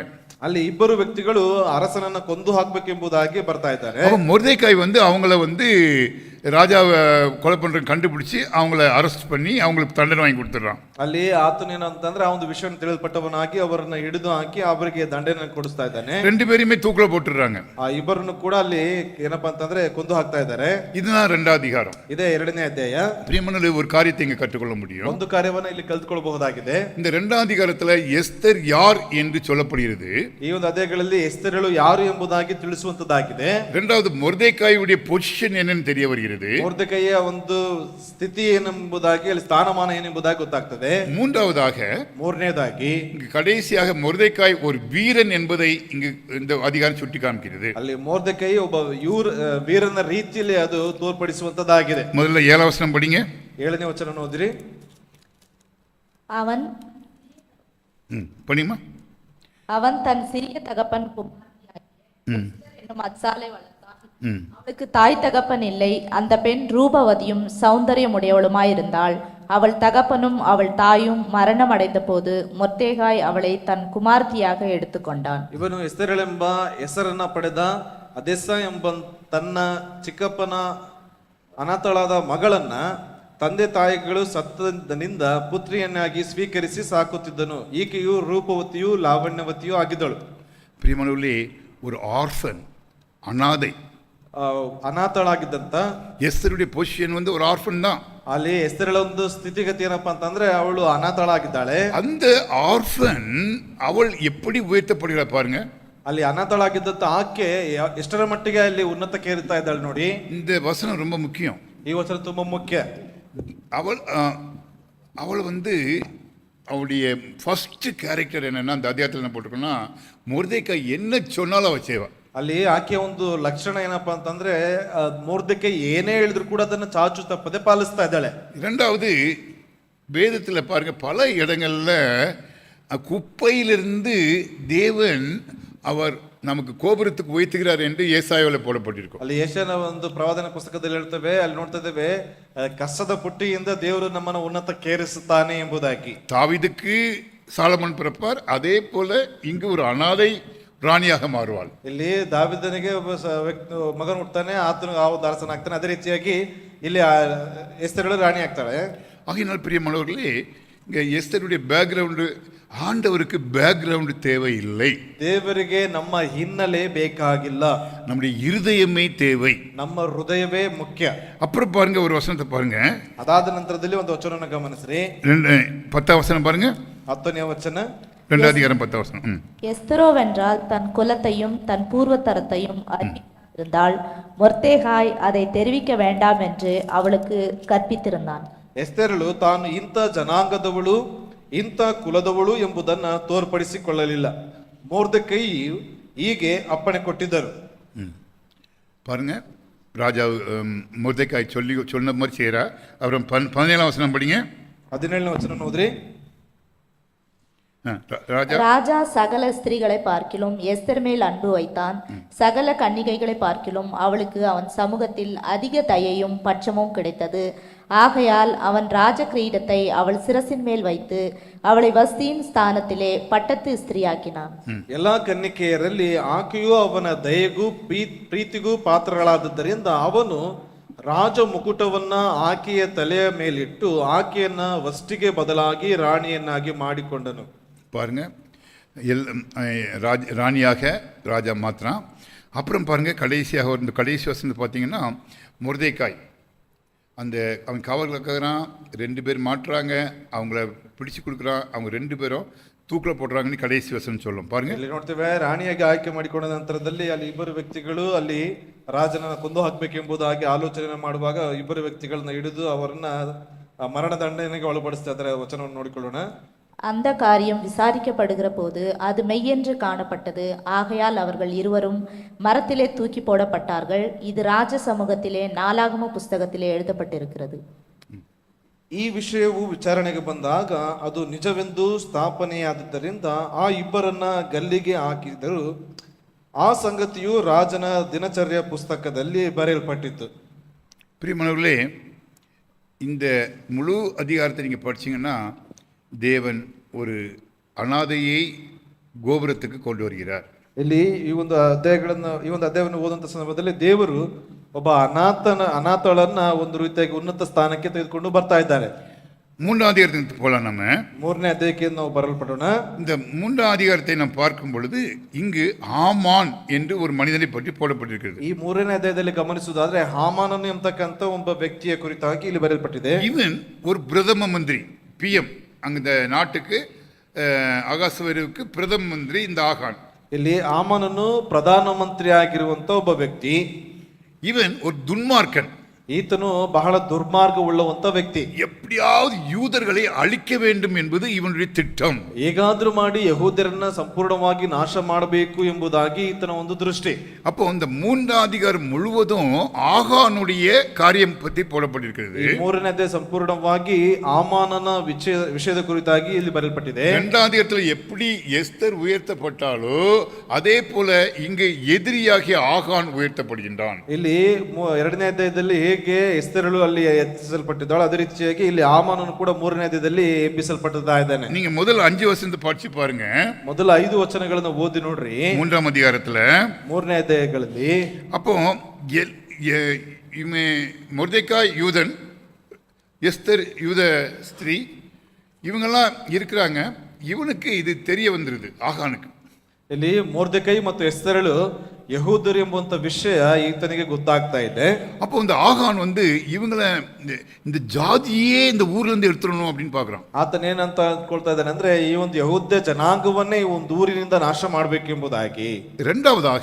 ಎರಡನೇದಾಗಿ மொர்தெக்காய் ஆமானுக்கு நமஸ்காரம் பண்ண மாட்டான். அவன் நோ காம்ப்ரமைசிங் ஸ்பிரிட் அப்படின்னு சொல்லலாம்.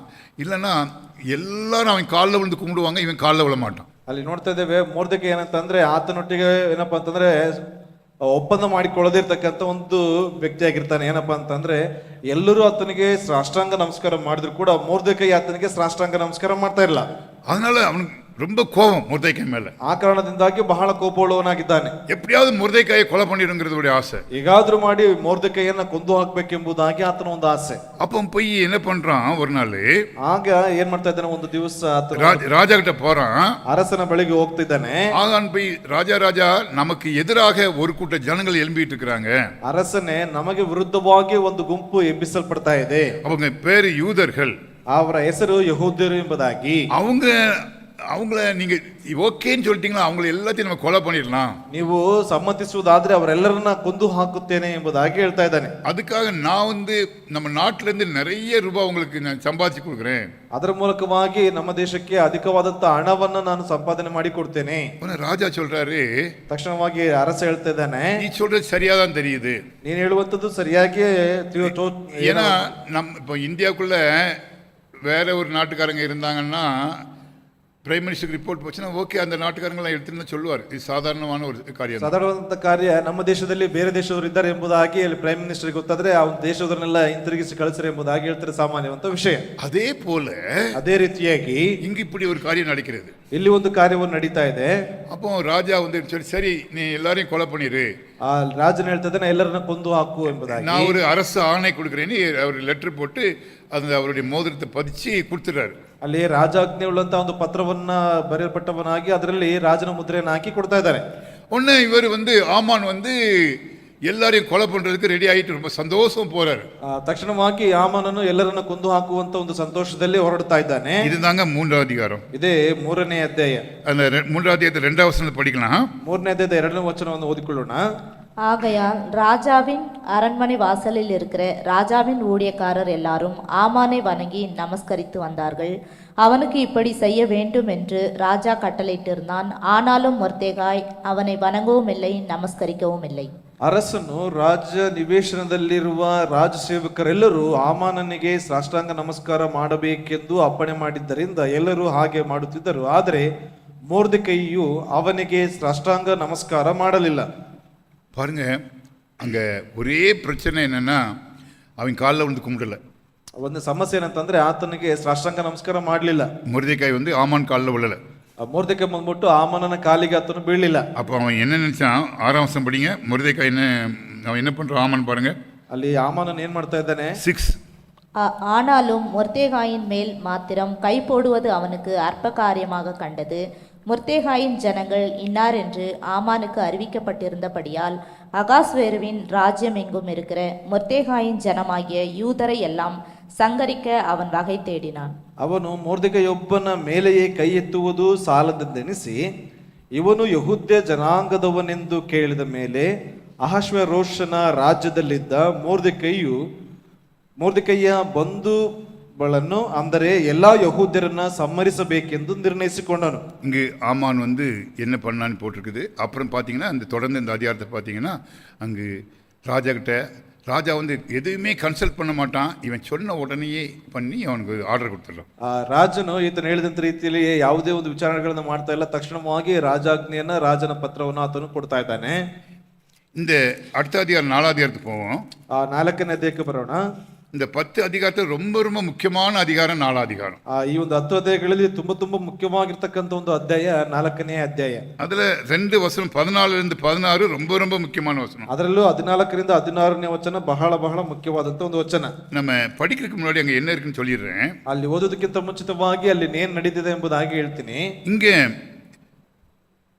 இப்போ ராஜா அரசு ஆர்டர் போட்டார்னு தெரிஞ்ச உடனே முர்தேகாய் என்ன பண்ணார் தெரியுமா? சட்டையை கிழிச்சிக்கிட்டு வாசல்ல உட்கார்ந்து அழுகிறாரு. ಇಲ್ಲಿ ರಾಜನು ಈ ರೀತಿಯಾಗಿರ್ತಕ್ಕಂಥ ಆಜ್ಞೆಯನ್ನು ಹೊರಡಿಸಿದ್ದಾನೆ ಎಂಬುದಾಗಿ ಹೇಳಿದ ನಂತರದಲ್ಲಿ ತನ್ನ ವಸ್ತ್ರಗಳನ್ನೆಲ್ಲ ಕಿತ್ತುಕೊಂಡು ಆತನು ಅಳ್ತಾ ಇದ್ದಾನೆ. அவர் யூத ஜனங்களெல்லாம் அழுதுகிட்டு இருக்காங்க. ஏன்னா கொலை பண்ணப்படுவாங்க கொஞ்ச நாளில். ಅಲ್ಲಿ ಯಾಕೆಂದ್ರೆ ಯಹೂದ್ಯರೆಲ್ಲ ಅಲ್ಲಿ ಬಹಳ ದುಃಖದಿಂದ ಕಣ್ಣೀರು ನಿಂತಿದ್ದಾರೆ. ಯಾಕೆಂತಂದ್ರೆ ಸ್ವಲ್ಪ ದಿವಸಗಳಲ್ಲಿ ಕೊಂದು ಹಾಕುವುದಕ್ಕಿದ್ದಾರೆ. அப்போ இந்த நியூஸ் அங்க போகுது. ಆಗ ಈ ಒಂದು ವಿಷಯ ಅಲ್ಲಿ ಹೋಗ್ತಾ ಇದೆ, ಎಸ್ತೇರಳಿಗೆ ಮುಟ್ತಾ ಇದೆ. எஸ்தர் என்ன பண்றா? ಎಸ್ತೇರಳು ಏನ್ ಮಾಡ್ತಾ ಇದ್ದಾಳೆ? ஒரு நல்ல ட்ரெஸ் எடுத்து அவருக்கு அனுப்பி விடுறா. ಅಲ್ಲಿ ಏನಪ್ಪಾ ಅಂತಂದ್ರೆ ಉತ್ತಮವಾಗಿರ್ತಕ್ಕಂಥ ವಸ್ತ್ರಗಳನ್ನ ಮೊರ್ದೆಕೈಗೆ ಕಳಿಸ್ತಾ ಇದ್ದಾಳೆ. ஆனா அவர் என்ன பண்றாரு? ಆದ್ರೆ ಆತನು ಏನ್ ಮಾಡ್ತಾ ಇದ್ದಾನೆ? அந்த ட்ரெஸ்ஸை வந்து போடல. ಆತನು ಆ ಒಂದು ವಸ್ತ್ರಗಳನ್ನ ಧರಿಸಿಕೊಳ್ಳಿಲ್ಲ. அவர் என்ன சொல்றாரு? ಅವನೇನ್ ಹೇಳ್ತಾ ಇದ್ದಾನೆ? இப்படி உங்க ராஜா போட்டிருக்காரு ஆர்டரு. இந்த நேரத்தில் நான் எப்படி துக்கம் இல்லாமல் இருப்பது? ಈ ಒಂದು ದಿವಸಗಳಲ್ಲಿ ಹೇಗೆ ನಾನು ದುಃಖ ಇಲ್ಲದವನಾಗಿ ಕಾಣಿಸಿಕೊಳ್ಳುವುದು ಎಂಬುದಾಗಿ ಕೇಳ್ತಾ ಇದ್ದಾನೆ. சொல்லிட்டு அப்புறம் அந்த ட்ரெஸ்ஸை திருப்பி அனுப்பிடுறாரு. ಆ ವಸ್ತ್ರವನ್ನ ಪುನಃ ಹಿಂತಿರುಗಿ ಕಳಿಸ್ತಾ ಇದ್ದಾಳೆ. அவர் எஸ்தருக்கு அது வந்து வந்த உடனே எஸ்தருக்கு ஷாக் ஆயிருது. ಅದು ಪುನಃ ಹಿಂತಿರುಗಿ ಬರುವಾಗ ಆಕೆಗೆ ಅದೇನಪ್ಪ ಅಂತಂದ್ರೆ ಆಘಾತಕ್ಕೊಳಗಾಗ್ತಾ ಇದ್ದಾಳೆ. அப்போ அது மட்டும் இல்லை, ஒரு நியூஸ் அனுப்புறாரு. ಅದು ಮಾತ್ರವಲ್ಲ, ಈತನ ಒಂದು ವಿಷಯವನ್ನ ಕಳಿಸ್ತಾ ಇದ್ದಾನೆ. நீ இந்த காலத்திலே மௌனமா இருந்தால் வேறு ஒரு ஆளை கொண்டு தேவன் இந்த காரியத்தை செய்து முடிப்பார். ನೀನು ಈ ದಿವಸಗಳಲ್ಲಿ ಮೌನವಾಗಿರುವುದಾದರೆ ದೇವರು ಇನ್ನೊಬ್ಬ ವ್ಯಕ್ತಿಯ ಮೂಲಕವಾಗಿ ಈ ಒಂದು ಕಾರ್ಯವನ್ನ ಸಾಧಿಸುತ್ತಾರೆ. அதனால யாரையாவது கொண்டு வருவாரு. நீ வந்து இதை வந்து பெரிய காரியம் நினைக்காத. ಇದು ನೀನು ಏನಪ್ಪಾ ಅಂದ್ರೆ ದೊಡ್ಡ ಕಾರ್ಯ ಎಂಬುದಾಗಿ ಅನ್ಕೊಳ್ಬೇಡ. ದೇವರು ಈ ಒಂದು ಕಾರ್ಯಗಳನ್ನು ನಡೆಸ್ತಾರೆ. ஆனா கூட தேவன்கிற வார்த்தை இங்க வரல பைபிள்ல. வேற யாரை கொண்டாவது ஒரு ரட்சிப்பை கொடுப்பார் என்று ಮೊರ್ದೆಕಾಯ್ சொல்லி ಅನುಪಿರ. ಅಲ್ಲಿ ಏನಂತ ಹೇಳ್ಕೊಳ್ತಿದ್ದಾರೆ ಅಂದ್ರೆ, ನೀನೀಗ ಸುಮ್ಮನಿದ್ರೆ ಬೇರೆ ಕಡೆಯಿಂದ ಯಹೂದ್ಯರಿಗೆ ಸಹಾಯವೂ ವಿಮೋಚನೆ ಉಂಟಾಗುತ್ತದೆ ಎಂಬುದಾಗಿ ಹೇಳ್ತಾ ಇದ್ದಾನೆ. 14ಆம் வசனம் படிங்க. 14ನೇ ವಚನ.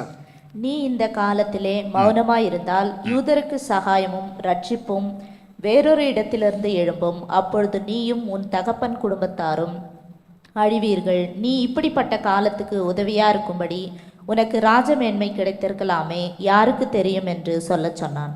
ನೀನು ಈಗ ಸುಮ್ಮನಿದ್ದು ಬಿಟ್ಟರೆ ಬೇರೆ ಕಡೆಯಿಂದ ಯಹೂದ್ಯರಿಗೆ ಸಹಾಯವೂ ವಿಮೋಚನೆಯೂ ಉಂಟಾದವು. ನೀನಾದರೂ ನಿನ್ನ ತಂದೆಯ ಮನೆಯವರೊಡನೆ ನಾಶವಾಗುವೆ. ಇದಲ್ಲದೆ ನೀನು ಇಂಥ ಸಂದರ್ಭಕ್ಕಾಗಿಯೇ ಪಟ್ಟಕ್ಕೆ ಬಂದಿರಬಹುದು. பாருங்க என்ன அழகாக அந்த ಮೊರ್ದೆಕಾಯ್ செயல்படுகிறார். ஒரு அருமையான கேரக்டர் ಮೊರ್ದೆಕಾಯ್. ಇಲ್ಲಿ ಎಷ್ಟು ಅದ್ಭುತವಾಗಿ ಮೊರ್ದೆಕೈ ಒಂದು ಕಾರ್ಯಗಳನ್ನು ಮಾಡ್ತಾ ಇದ್ದಾನೆ. ஏம்மா உன்னை ராணி ஆக்குனதுக்கு இதுதாம்மா ராணி ஆகியிருக்க. நீ ஒரு யூத ஸ்திரீ, நீ ராணியா உட்கார்ந்துருக்காலும் யூதர்களை காப்பாற்றணும். ನೀನು ಯಹೂದ್ಯರಿಂದ ಬಂದಿರತಕ್ಕಂಥ ಯಹೂದ್ಯ ಜನಾಂಗದಿಂದ ಬಂದಿರತಕ್ಕಂಥವಳು ನೀನು ರಾಣಿಯಾಗಿ ಕೂತ್ಕೊಂಡಿದೆ ಅಂತಂದ್ರೆ ಯಹೂದ್ಯರನ್ನ ನೀನು ರಕ್ಷಿಸಲ್ಪಡಬೇಕು. நீ இல்லைன்னா வேற யாராவது ஆண்டு கொண்டு வருவார். ನೀನಿಲ್ಲ ಅಂತಂದ್ರೆ ದೇವರು ಬೇರೆ ಯಾರನ್ನಾದ್ರೂ ಕದ್ಕೊಂಡು ಬರ್ತಾರೆ. அப்போ அந்த அம்மா என்ன பதில் சொன்னாங்க தெரியுமா? ಅದಕ್ಕೆ ಆಕೆ ಪ್ರತ್ಯುತ್ತರವಾಗಿ ಏನ್ ಹೇಳಿದಾಳೆ ಗೊತ್ತಾ? இந்த எஸ்தர் புத்தகத்திலே இந்த வசனம் தான் ரொம்ப ரொம்ப முக்கியம். ಎಸ್ತೇರ ಪುಸ್ತಕದಲ್ಲಿ ಈ ಒಂದು ವಚನವೇ ತುಂಬಾ ತುಂಬಾ ಮುಖ್ಯವಾದಂತ ಒಂದು கண்டிப்பா ವಚನ. நீங்க மார்க் பண்ணி வச்சுக்கணும். ಖಂಡಿತವಾಗಿ ಇದನ್ನು ನೀವು ಗುರ್ತು ಮಾಡ್ಕೊಳ್ಬೇಕು. அப்போ 16ஆம் வசனத்தை பார்க்கும்போது அவர் அந்த அம்மா சொல்றாங்க, 3 நாள் இரவும் பகலும் புசியாமல் இருக்கணும். அப்போ உபவாசம் நானும் பண்ணுறேன், என்னுடைய தோழிகளும் பண்ணுவாங்க, நீங்களும் பண்ணுங்க. பண்ணிவிட்டு நான் ராஜாவுடைய ரூமுக்கு போகக்கூடாது, சாதாரணமாக அப்பாயின்மெண்ட் இல்லாமல் நான் தைரியமாக அந்த ரூமுக்கு போகிறேன், செத்தா கூட சாகிறேன். இனி இந்த அம்மா ஒரு ಡಿಕ್ಲರೇಷನ್ ಕೊಡ್றாங்க. ಅಲ್ಲಿ ಆಕೆ ಪ್ರತ್ಯುತ್ತರವಾಗಿ ಒಂದು ಕಾರ್ಯಗಳನ್ನ ಹೇಳಿ ಕಳಿಸ್ತಾ ಇದ್ದಾರೆ. ನೀವೇನಂತಂದ್ರೆ 3 ದಿವಸ ಹಗಲಿರುಳು ಅನ್ನಪಾನಗಳನ್ನ ಬಿಟ್ಟು ನನಗೋಸ್ಕರ ಉಪವಾಸವನ್ನ ಮಾಡ್ರಿ. ಅದೇ ರೀತಿಯಾಗಿ ನಾನು ಮತ್ತು ನನ್ನ ಸೇವಕಿಯರು ಸಹ ಉಪವಾಸವನ್ನ ಮಾಡಿ ತದನಂತರದಲ್ಲಿ ಅರಸನ ಬಳಿಗೆ ಹೋಗ್ತೇನೆ, ನಾನು ಸತ್ತರೂ ಪರವಾಗಿಲ್ಲ ಎಂಬುದಾಗಿ ಹೇಳ್ತಾ ಇದ್ದಾಳೆ. ಪ್ರಿಯಮನವர்களே, என்ன அழகான ஒரு வார்த்தை, ಎಷ್ಟು ಅದ್ಭುತವಾದಂತ ಒಂದು ಮಾತು.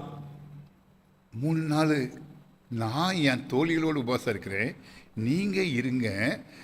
அப்போ நான் ராஜாவுடைய சட்டத்துக்கு அவருடைய கண்டிஷனுக்கு உடைச்சிட்டு அவர் ரூம்குள்ளே நான் தைரியம் போய் நான் ரெக்வெஸ்ட் பண்ண போகிறேன். ನೀವುಗಳು 3 ದಿವಸ ಉಪವಾಸದಿಂದಿರ್ರಿ. ಅದೇ ರೀತಿಯಾಗಿ ನಾನು ನನ್ನ ಸೇವಕಿಯರು ಸಹ ಉಪವಾಸದಿಂದಿದ್ದು ತದನಂತರದಲ್ಲಿ ರಾಜನ ಅಪ್ಪಣೆ ಇಲ್ಲದೆ ರಾಜನ ಒಂದು ಕೋಣೆಗೆ ಹೋಗಿ ನಾನು ಆ ಒಂದು ಮಾತುಗಳನ್ನ ಮಾತನಾಡುತ್ತೇನೆ ಎಂಬುದಾಗಿ. நான் செத்தாலும் சாகிறேன், ನಾನು ಸತ್ತರೂ ಸಾಯುತ್ತೇನೆ ಎಂಬುದಾಗಿ. ಅದ ஒரு நல்ல விசுவாசியுடைய வார்த்தைகள். ಅದೇ ಒಂದು ಒಳ್ಳೆಯ ವಿಶ್ವಾಸಿಯ ಒಂದು ಮಾತು. படிங்க அந்த வசனத்தை தயவுசெய்து. நீர் போய் சூசானில் இருக்கிற யூதரை எல்லாம் கூடி வர செய்து 3 நாள் அல்லும் பகலும் புசியாமலும் குடியாமலும் இருந்து எனக்காக உபவாசம் பண்ணுங்கள், நானும் என் தாதிமாரும் உபவாசம் பண்ணுவோம். இவ்விதமாக சட்டத்தை மீறி ராஜாவின் இடத்தில் பிரவேசிப்பேன், நான் செத்தாலும் சாகிறேன் என்று சொல்ல சொன்னாள்.